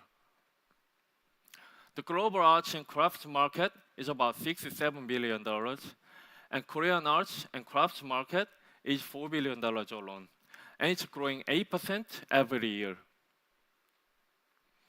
We launched our service just 6 months ago, and now we are working with over 90 designers and 300 products. Our GMV of $40,000 that is increasing by 70% on average every month. Our team has years of experience in the online retail industry, and we know what the current generation wants because we are a part of it. We are the users.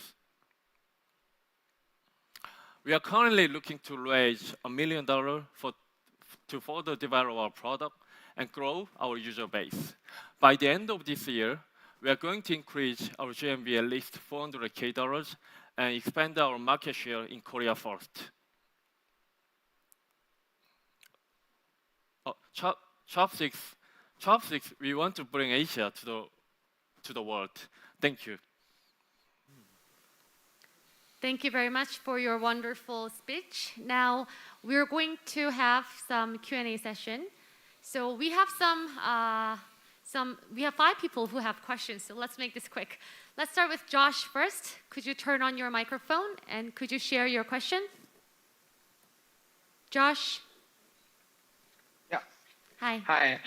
Thanks for a great speech. I think the moment I saw this, the startup I actually thought about was Pietra, the A16Z led in the US. And I think one of the big questions of any marketplace is retaining the artist, because obviously in the beginning they can use it as a platform to get themselves known, but then they can always shift to Shopify, AliExpress, or other platforms. So I'm wondering long term, how are you looking to like keep the artist on the platform so that they kind of maintain that 20% commission fee through your platform instead of going to another platform? Oh, you mean the locking the designers on our platform? Right, because if they, right now the platform only makes money when you sell on the platform, Yeah. but then technically these artists can sell on other platforms too, Yeah. right? There are a couple of or the multiple competitors out there in Korea and also the Taiwan or Hong Kong or the Japan as well, in Asia as well. But unlike them, we don't we not only do create the products and distribute the products on our service, but we do a marketing arm for the designers. We do PR, do make a storytelling for the designers, and so the customer can easily access to the designers and the products. So we are doing helping the marketing support, focusing on that. Yeah. Thank you very much for your question and answer. Next, can we have a question from Melody? Hi, thank you for the great presentation. So my question will be, what measures you've provided to the buyers? I mean, how do you help these handcraft makers to better match with the potential buyers? Thanks. Sorry, can you repeat again? Sorry. Does your platform have some measures that help these sellers to match with the potential buyers? The measures of the buyers, of our customers. Providing some function or some matching system or searching system? Oh, our service is just basically the marketplace where they connect the designers and customers, which is based on web-based. So it's basically the customers, if they want to buy unique items, and they just get the product, and then our designers deliver the products to the customer directly. Thank you for your question and answer. Christopher, did you have a question? I did, but Josh kind of asked it. Great Okay. presentation. Loved how there was an actual ask towards the end. Just going off of what Josh said as well, having exclusivity with some of your content creators, I think is going to be key in moving forward. So very excited to see what your firm is able to accomplish, and keep us informed. Thank you. Thank you. Then I think we have time to accept one more question. So if you have a question, can you please press raise hand button?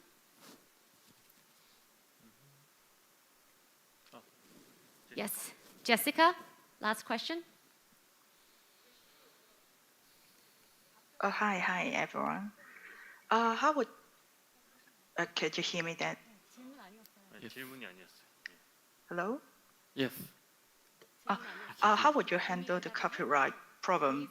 When you're selling the product online and you claim that this is a unique or designed by me, and then it's always there's someone pop up in the world saying that you're copying my product, and and how would you protect the buyer and your designer about that? How do we protect our buyers and the designers?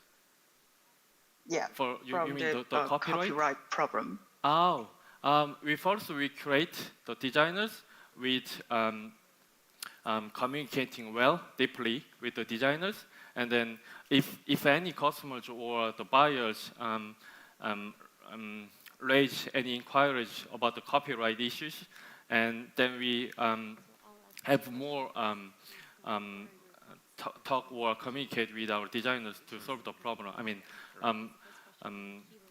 and before we create the designers, we deeply research and investigate the designers' stories or the history. Then we follow up the curate process. if we find out if our designers copy the other designers' products, then we don't accept the designers or products.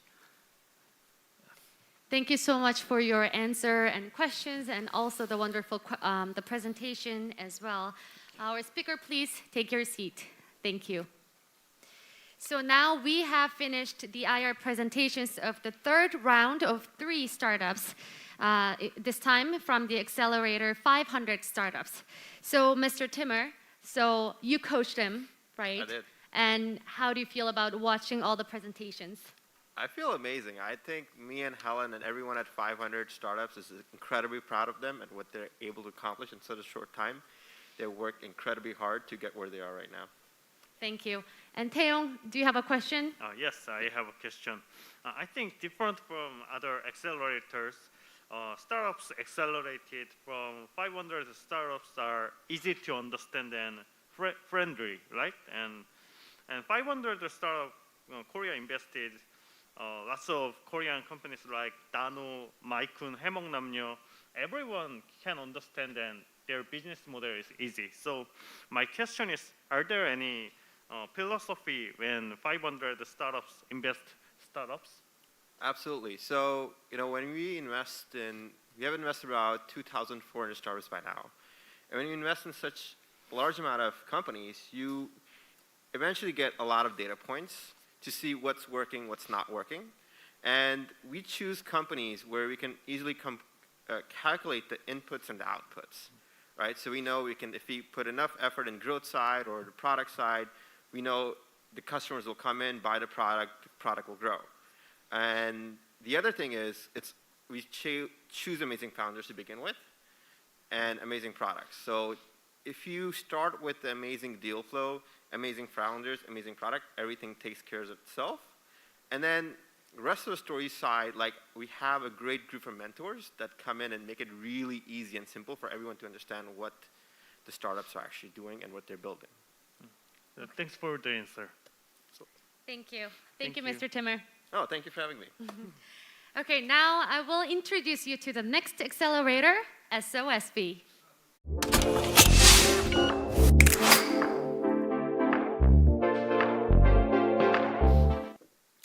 And we're at the relay base, and we have Trevor Owens, the senior mentor from SOSV, who coached our 4th startup group. Hello. How's it going? Good. How are you? Great. Are you nervous to be here? No, I'm ready to go. Okay. Are you excited to watch the presentations as well? I cannot wait. Okay. So, Mr. Owens, please introduce us to SOSV. Yes, so we are SOSV, as you can see here, and we are a global venture capital fund with $855 million assets under management in over 1,000 portfolio startup companies. We have 5 accelerator programs around the world, and every year we invest in 135 new startup companies. So the 2 accelerator programs that were responsible for running this program are China Accelerator and MOX. And so China Accelerator, we invest in enterprise software startups, and we help them enter the Asian market by connecting them with our 200 multinational corporate partners. We also help global startups enter the Chinese market, and Chinese startups, we help them go global. When it comes to MOX, we invest in mobile startups, and we help them acquire new users for free. So you can learn more just by going to SOSV.com. Okay, what a great introduction. So can you also introduce us to the next startups that we're about to see? Yep, so as you'll see on stage in a few seconds here, we have Data Republic from the DeFi cryptocurrency space. We have Kudon, which specializes in second-hand luxury items. And we have Vandalsoft from the smart farming sector. So these teams and all of our teams worked incredibly hard during the GSA program. And I think these 3 startups are ready to rock the stage. Okay. So from now on, the final startup from SOSV will give the IR presentations. For the next presentation, let's invite Sungmin from Data Republic. The topic is DeFi, Terminal for Institutional Investors. First, let's watch the introductory video. 안녕하십니까. 이번에 글로벌 창업사관학교 데모데이에 참여하는 주식회사 데이터 리퍼블릭의 엄성민입니다. 저희는 데이터의 품질을 자동으로 정량화하고 측정하는 회사인데요. 해당 기술을 기반으로 하여 북미의 대형 금융사들이 저희의 금융 소프트웨어를 사용하고 있습니다. 이번 데모데이를 기반으로 저희를 세계에 잘 알리는 기회가 되었으면 좋겠고 반드시 우승 상금을 받아서 저희 팀원들과 휴가를 가서 좀 자는 시간을 가졌으면 좋겠습니다. 감사합니다.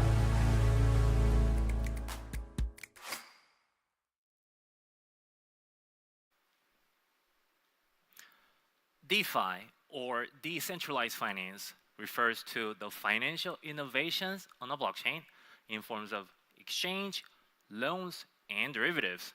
In the past year, the DeFi market has shown an explosive growth, and as a result, the institutional traders are now very serious about DeFi investment.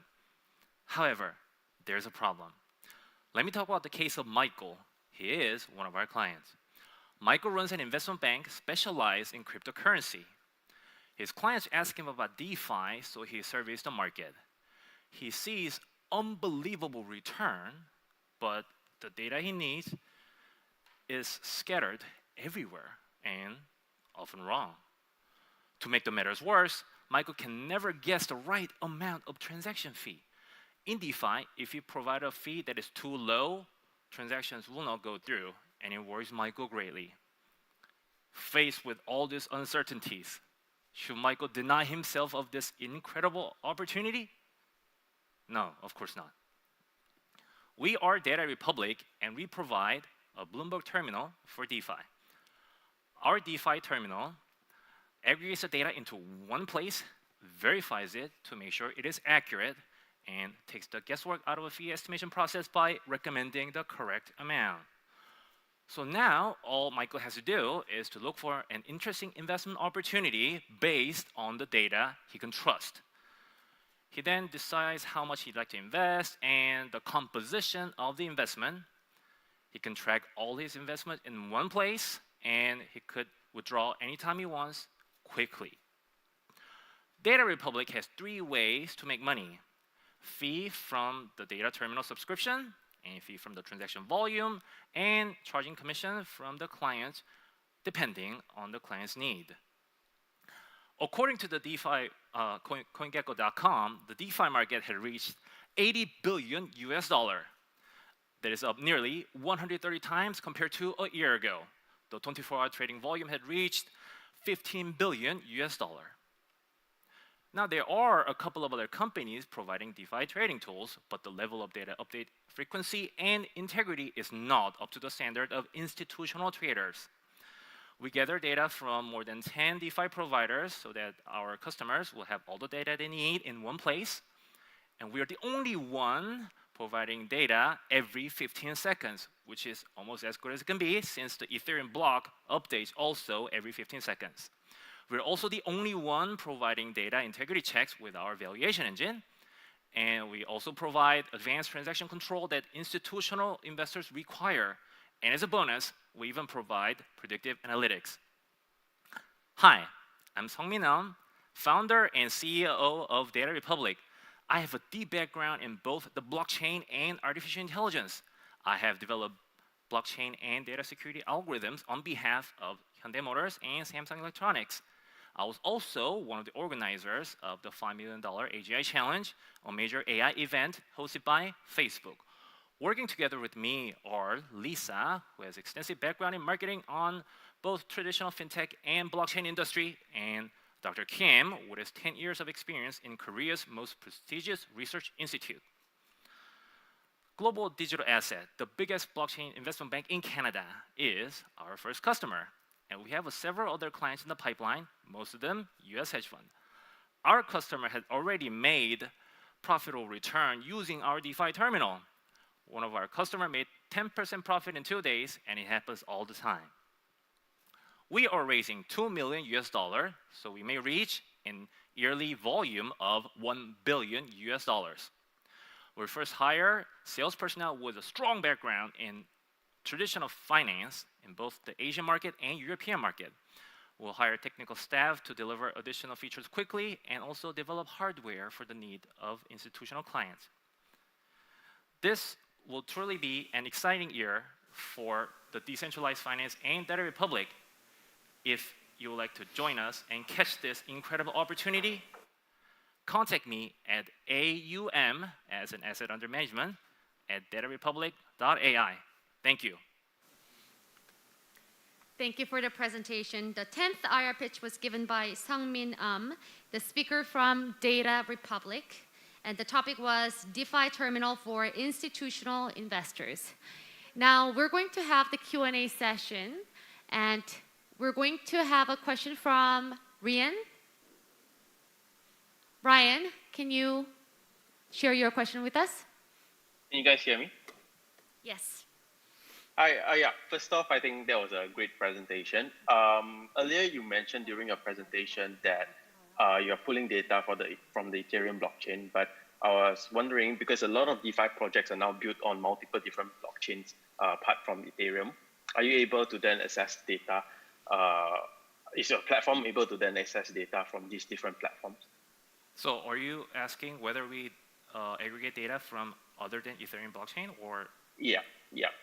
Currently we don't, because the market share is, as you know, the dominance of Ethereum blockchain market is stupendous compared to other market. But of course, we are looking through it right now. Thank you. Okay, thank you. Thank you. Next question from Terry. Hi. Yes, very good presentation. Can you give more color on how you price the service? Yes, for the data terminal subscription, there are tiers, but the full version will cost about $5,000 to $10,000 per month, depending on the client's need. And as for the volume per transaction model, we generally charge about 0.2 to 0.4% depending on the volume. And as for the profit sharing scheme, then we generally take about 10% of the profit the clients made. But it's not like we charge the client 3 times, but whatever suits the client better. So we'll work it out. Okay, thank you very much. Thank you. Next question from Tricia. Hi, thank you for your presentation. Could you elaborate a bit more about on the use of funds for the $2 million raise? Oh yeah, so I think the main thing is about sales. So we're gonna spend about 60% or possibly more, depends, about hiring very strong sales personnel with long history in traditional finance. Then we want to enter the traditional investment bank or other big names if we possibly can. And 40% will be used for hardware development and the technical personnel. Okay, thank you. Thank you. Thank you. And we'll take the question from Josh. Yeah, hi, it's a great presentation. So I know that a lot of US institutions are now going in and that there'll probably be some competitors going forward. So I'm kind of wondering how you guys are kind of thinking about building a long-term moat so that even if other people come in, they will continue to use your platform. Oh, so here's the thing. We are fully legal in terms of this. I'm sure you understand the ATS license and all this technicality is fairly complex, and we have been spending months trying to structure our software to make sure it's bulletproof. So we have very strong end in terms of following the legal guidelines of US and Canada and possibly other countries. At the same time, we are entering the market right now. There are other competitors supposedly raised money doing similar stuff last year. Some company raised a few million, 12 million, and nobody has a working product yet that I know of. But we are the first to enter the market, and as you know, as you build up, reputation from big names, and it's usable, and the companies use it, I think we have a pretty good first mover advantage right now. So that's what we're going to work on. Thank you very much for your presentation, questions, and answers as well. Our speaker, please take your seat. For the next presentation, I will now invite up KP Ri from Kudon. The topic is AI-based secondhand luxury good appraisal platform. This time, let's invite the speaker on the stage. Hi, I'm KP. I'm the founder and CEO of Kudon. A few years ago, I purchased an Omega watch on eBay. It looked pretty much like a brand new, and the price was $500 cheaper than the market price, so I thought it was a good deal. However, when I got the watch, it was nothing like what I saw online. There were lots of scratches, and worst of all, it was counterfeit. I asked eBay for a refund, but the seller showed eBay a receipt as a proof that he actually bought an authentic watch from a department store. At the end of the day, I couldn't get a refund, and my $1,000 was gone. Later, I found out that he actually bought an authentic watch from a department store. That's why he had a receipt, and simply swapped it and sent me counterfeit. The second-hand luxury market in Korea is $5 billion market. Over 90% of transactions happen in C2C marketplaces, so the majority of people are exposed to issues that I encountered before. And there are other problems, such as sellers having difficulty optimally pricing their items, and buyers struggling to know that they're not being ripped off. And yet, the market is growing 38% annually. This is in spite of the fact that the market is incredibly unsafe and filled with problems. Imagine how much faster it will grow when items are verified and prices are guaranteed, so you don't have to worry about any fraud or being ripped off.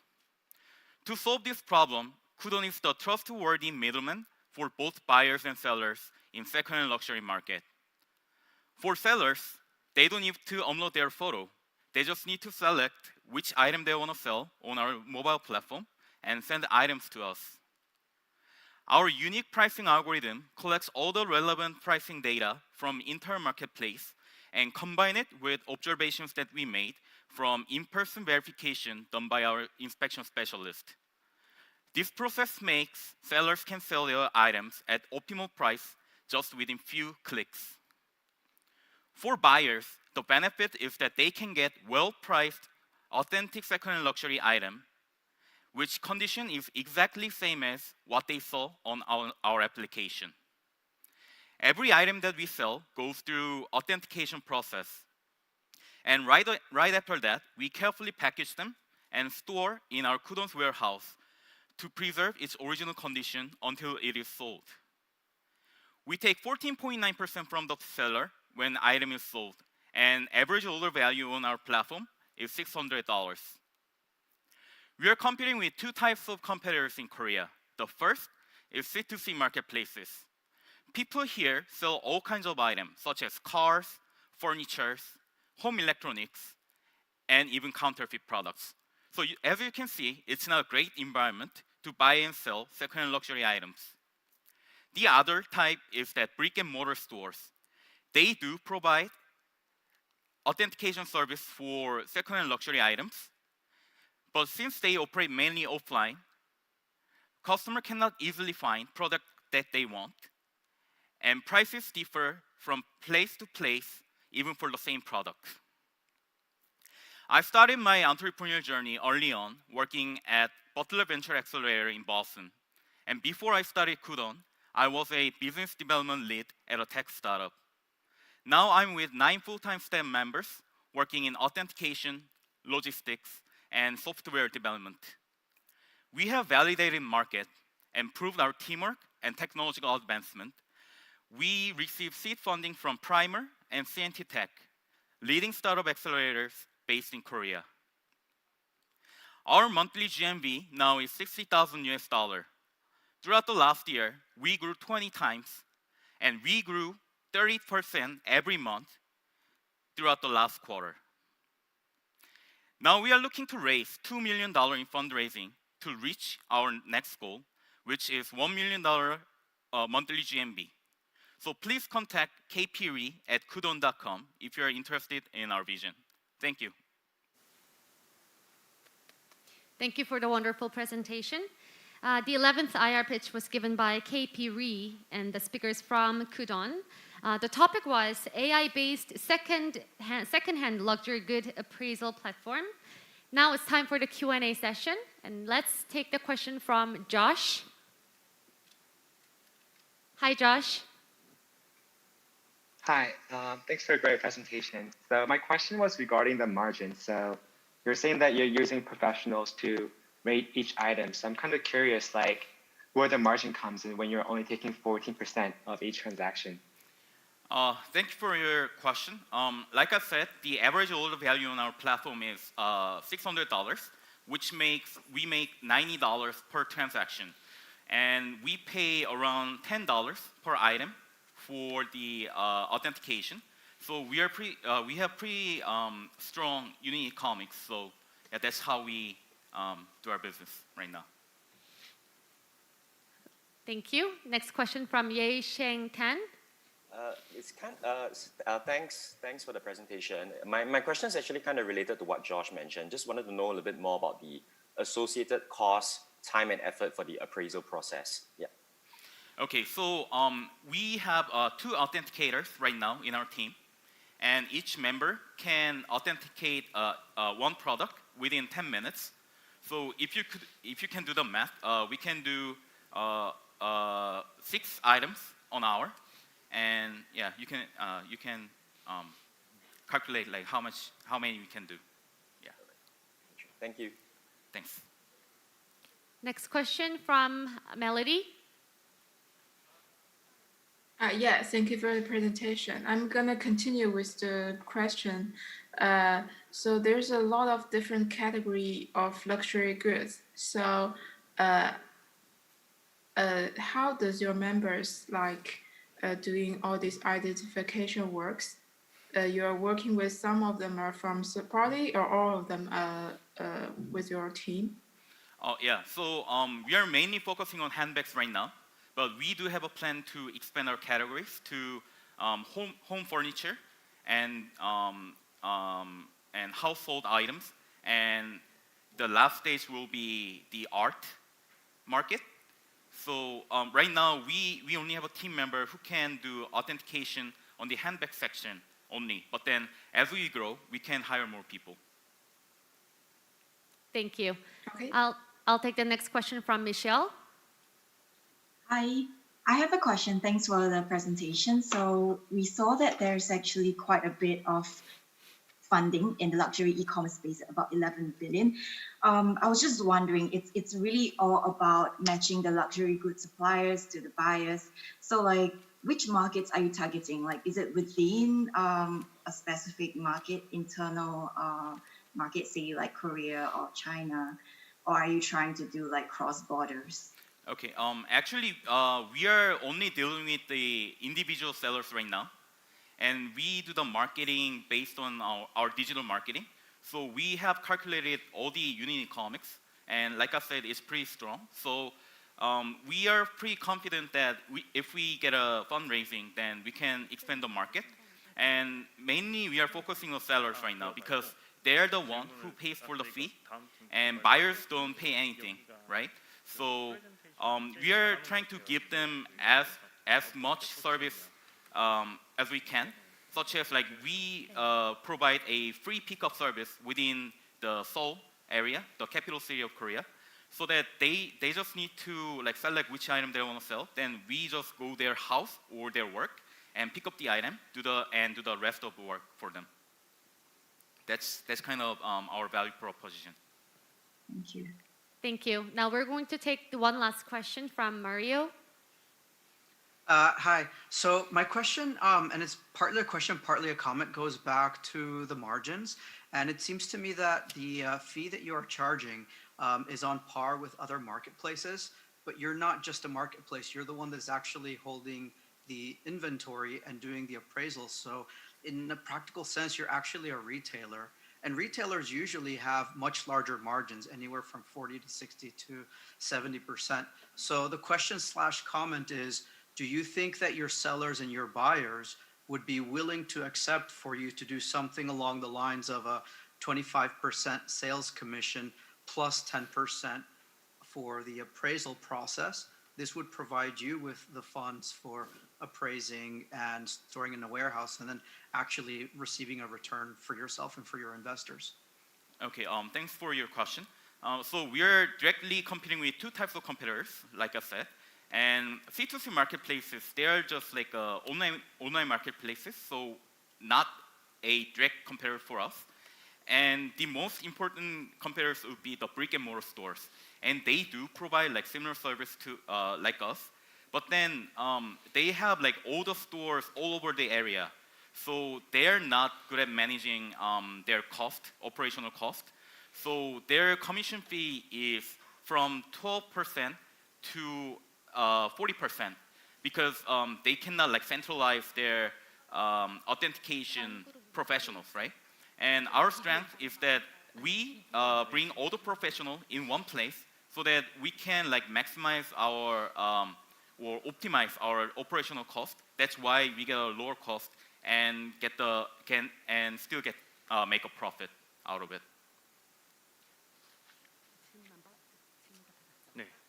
Okay, thank you so much for the questions, answers, and also the presentations.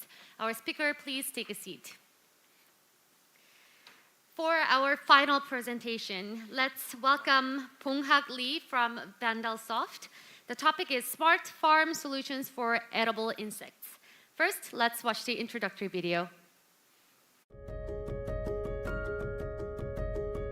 안녕하세요. 글로벌 창업사관학교 데모데이에 참가한 주식회사 반달소프트 대표 이봉학이라고 합니다. 저희 반달소프트는 미래식량으로 각광받고 있는 식용곤충을 보다 효율적으로 사육하기 위한 곤충 스마트팜 기술을 개발하고 있습니다. 이러한 곤충 스마트팜 기술을 통해 곤충 사육 시 폐사되는 개체 수를 줄이고, 이를 통해 곤충의 생산성을 높여 곤충 사육 농가의 소득을 증진시키고자 합니다. 이번 글로벌 창업사관학교 데모데이 행사를 통해 글로벌 투자자들의 마음을 사로잡아 보도록 하겠습니다.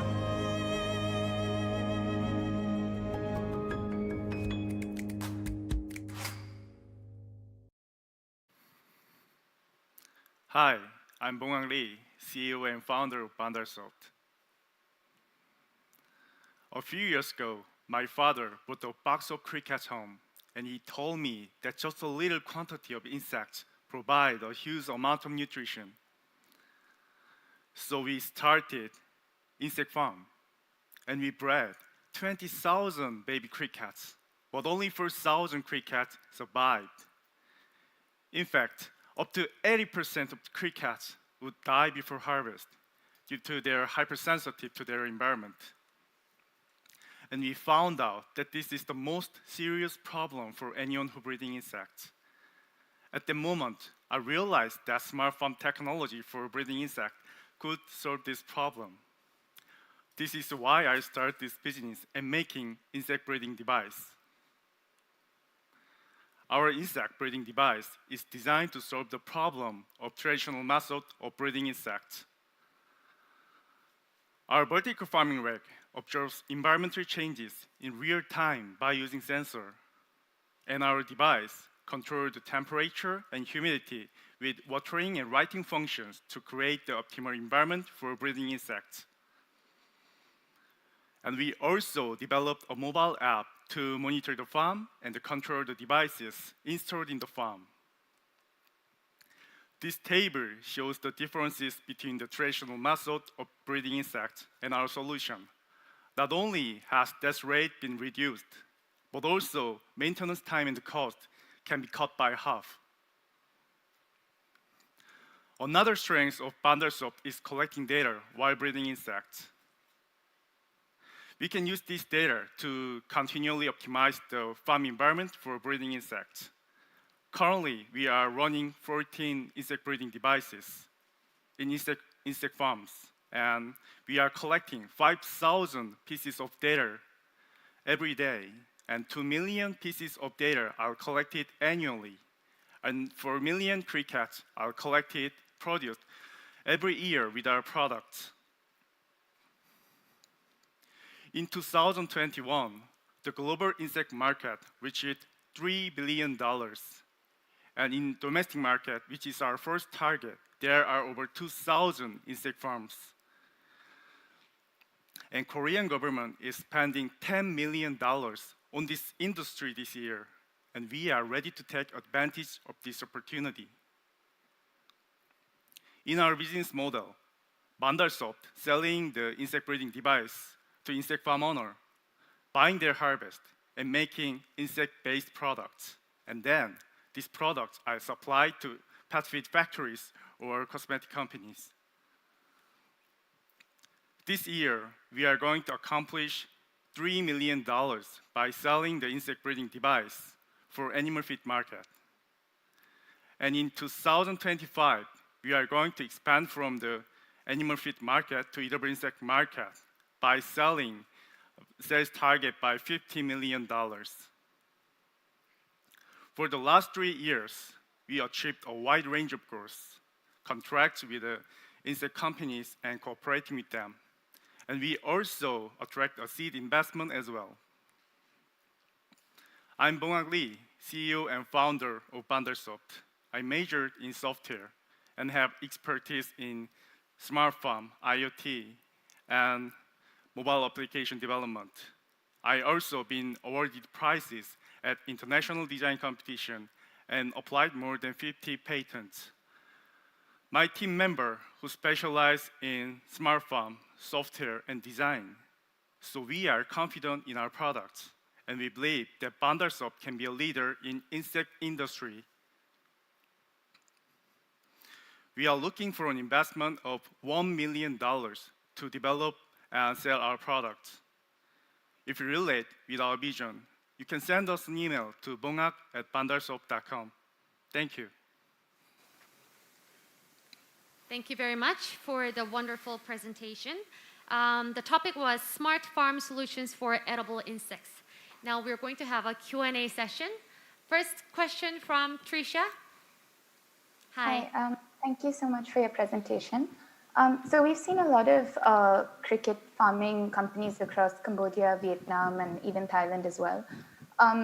And what we've noticed is that they're all focused on different parts of the value chain. So some are focused purely on breeding, some are focused on distribution, and then on different products. So my question to you is, what is your strategy regarding the focus between these three sort of segments? And the $1 million, which part of this would it be targeted towards?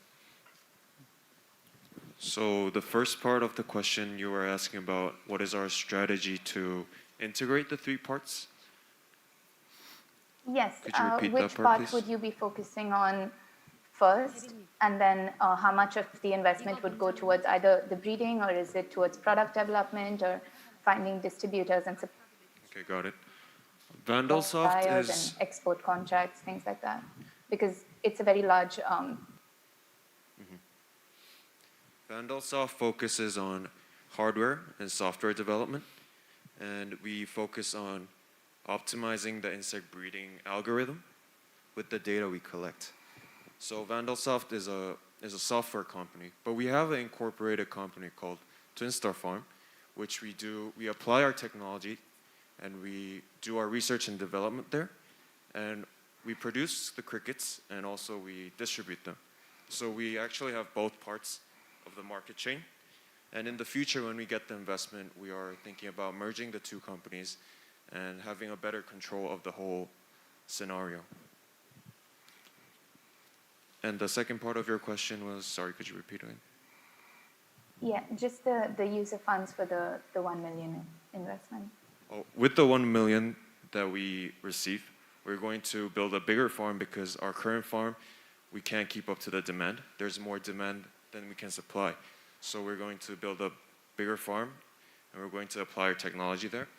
And with this farm, we believe we can also achieve other goals of marketing and distribution. And if we have a bigger farm with our most current technology, we believe that it would be a better way to convince potential buyers as well. Thank you for your question and answer. Now we're going to take the question from Josh Lee. Josh? Thanks for a great presentation. So my question was regarding just where you can distribute it to. So in the States, there was a startup called Excel that made protein bars out of crickets that did pretty well. But as you know, there's a number of cricket farms and companies like this growing, and kind of wondering where you're looking to sell your product to. Our ultimate goal is to sell to the edible insect market, but currently we are selling to the insect feed market. So insect for reptile pets, for low allergy pet feed for dogs and cats, and other demand in the livestock market. Thank you for your question and answer. So our speaker, please take your seat. And now we're all done with the 12 IR speeches. So we have finished the IR presentations of the fourth and final round of 3 startups. This is time from the Accelerator, SOSV. So Mr. Owens, so what do you think about all the presentations? I think what we've seen here today is a masterclass on how to give an excellent startup pitch. If you look at the pitches across today, you'll see a pattern among all of them, really. They follow the similar pattern, and that pattern is that they have a big problem that they're solving, and they have a big market where they can apply their technology, and they explain to you how their team is positioned well to execute. And so when you can do that simply, clearly, and with passion, that's how you get investors taking out their checkbooks. Okay, so which part were you most excited about to watch the presentations? It's just such a satisfying feeling to be able to see the startup founders there on the stage and really delivering their pitch and debuting to such a wide audience. Okay, thank you. And Taeyong, you've seen 12 presentations today. Yeah. In overall, what do you think? I'm so moved because I know English pitch is very difficult for Korean founders, and I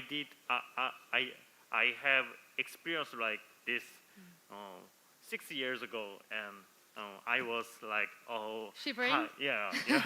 So yeah, amazing. Our teams were amazing. So yeah. Yes, I also agree. I think all the presenters from startups, I think they did a wonderful job because we have such an amazing 4 accelerators, and everyone was so passionate. I think that made the biggest difference. So the IR presentations of all 12 startups have now officially ended. Currently, the 20 judges are carefully giving presentations scores, and we're very curious about which companies have captured the hearts of the judges. So now let me briefly explain the evaluation guidelines and also how the points are tallied. So each judge will give a score to all the 12 companies. They may choose either 5 points or 3 points or 1 point. And the total of the 20 judges' scores will be added up and calculated. And the top 3 startups with the highest scores will be shown on the internet at 6 p.m. You can check it at globalstartup.co.kr. This is not an award ceremony, so the scores will not be open to the public. However, you can see which companies have scored the highest scores. So the graduation ceremony for the first cohort of the Global Startup Academy will be held from 10 a.m. tomorrow. The graduation ceremony will be also streamed on the Ministry of SMEs and Startups official YouTube channel as well. Thank you so much for joining us today, and thank you for your passionate presentations as well. This is the end of today's event, and thank you very much. Bye. Bye.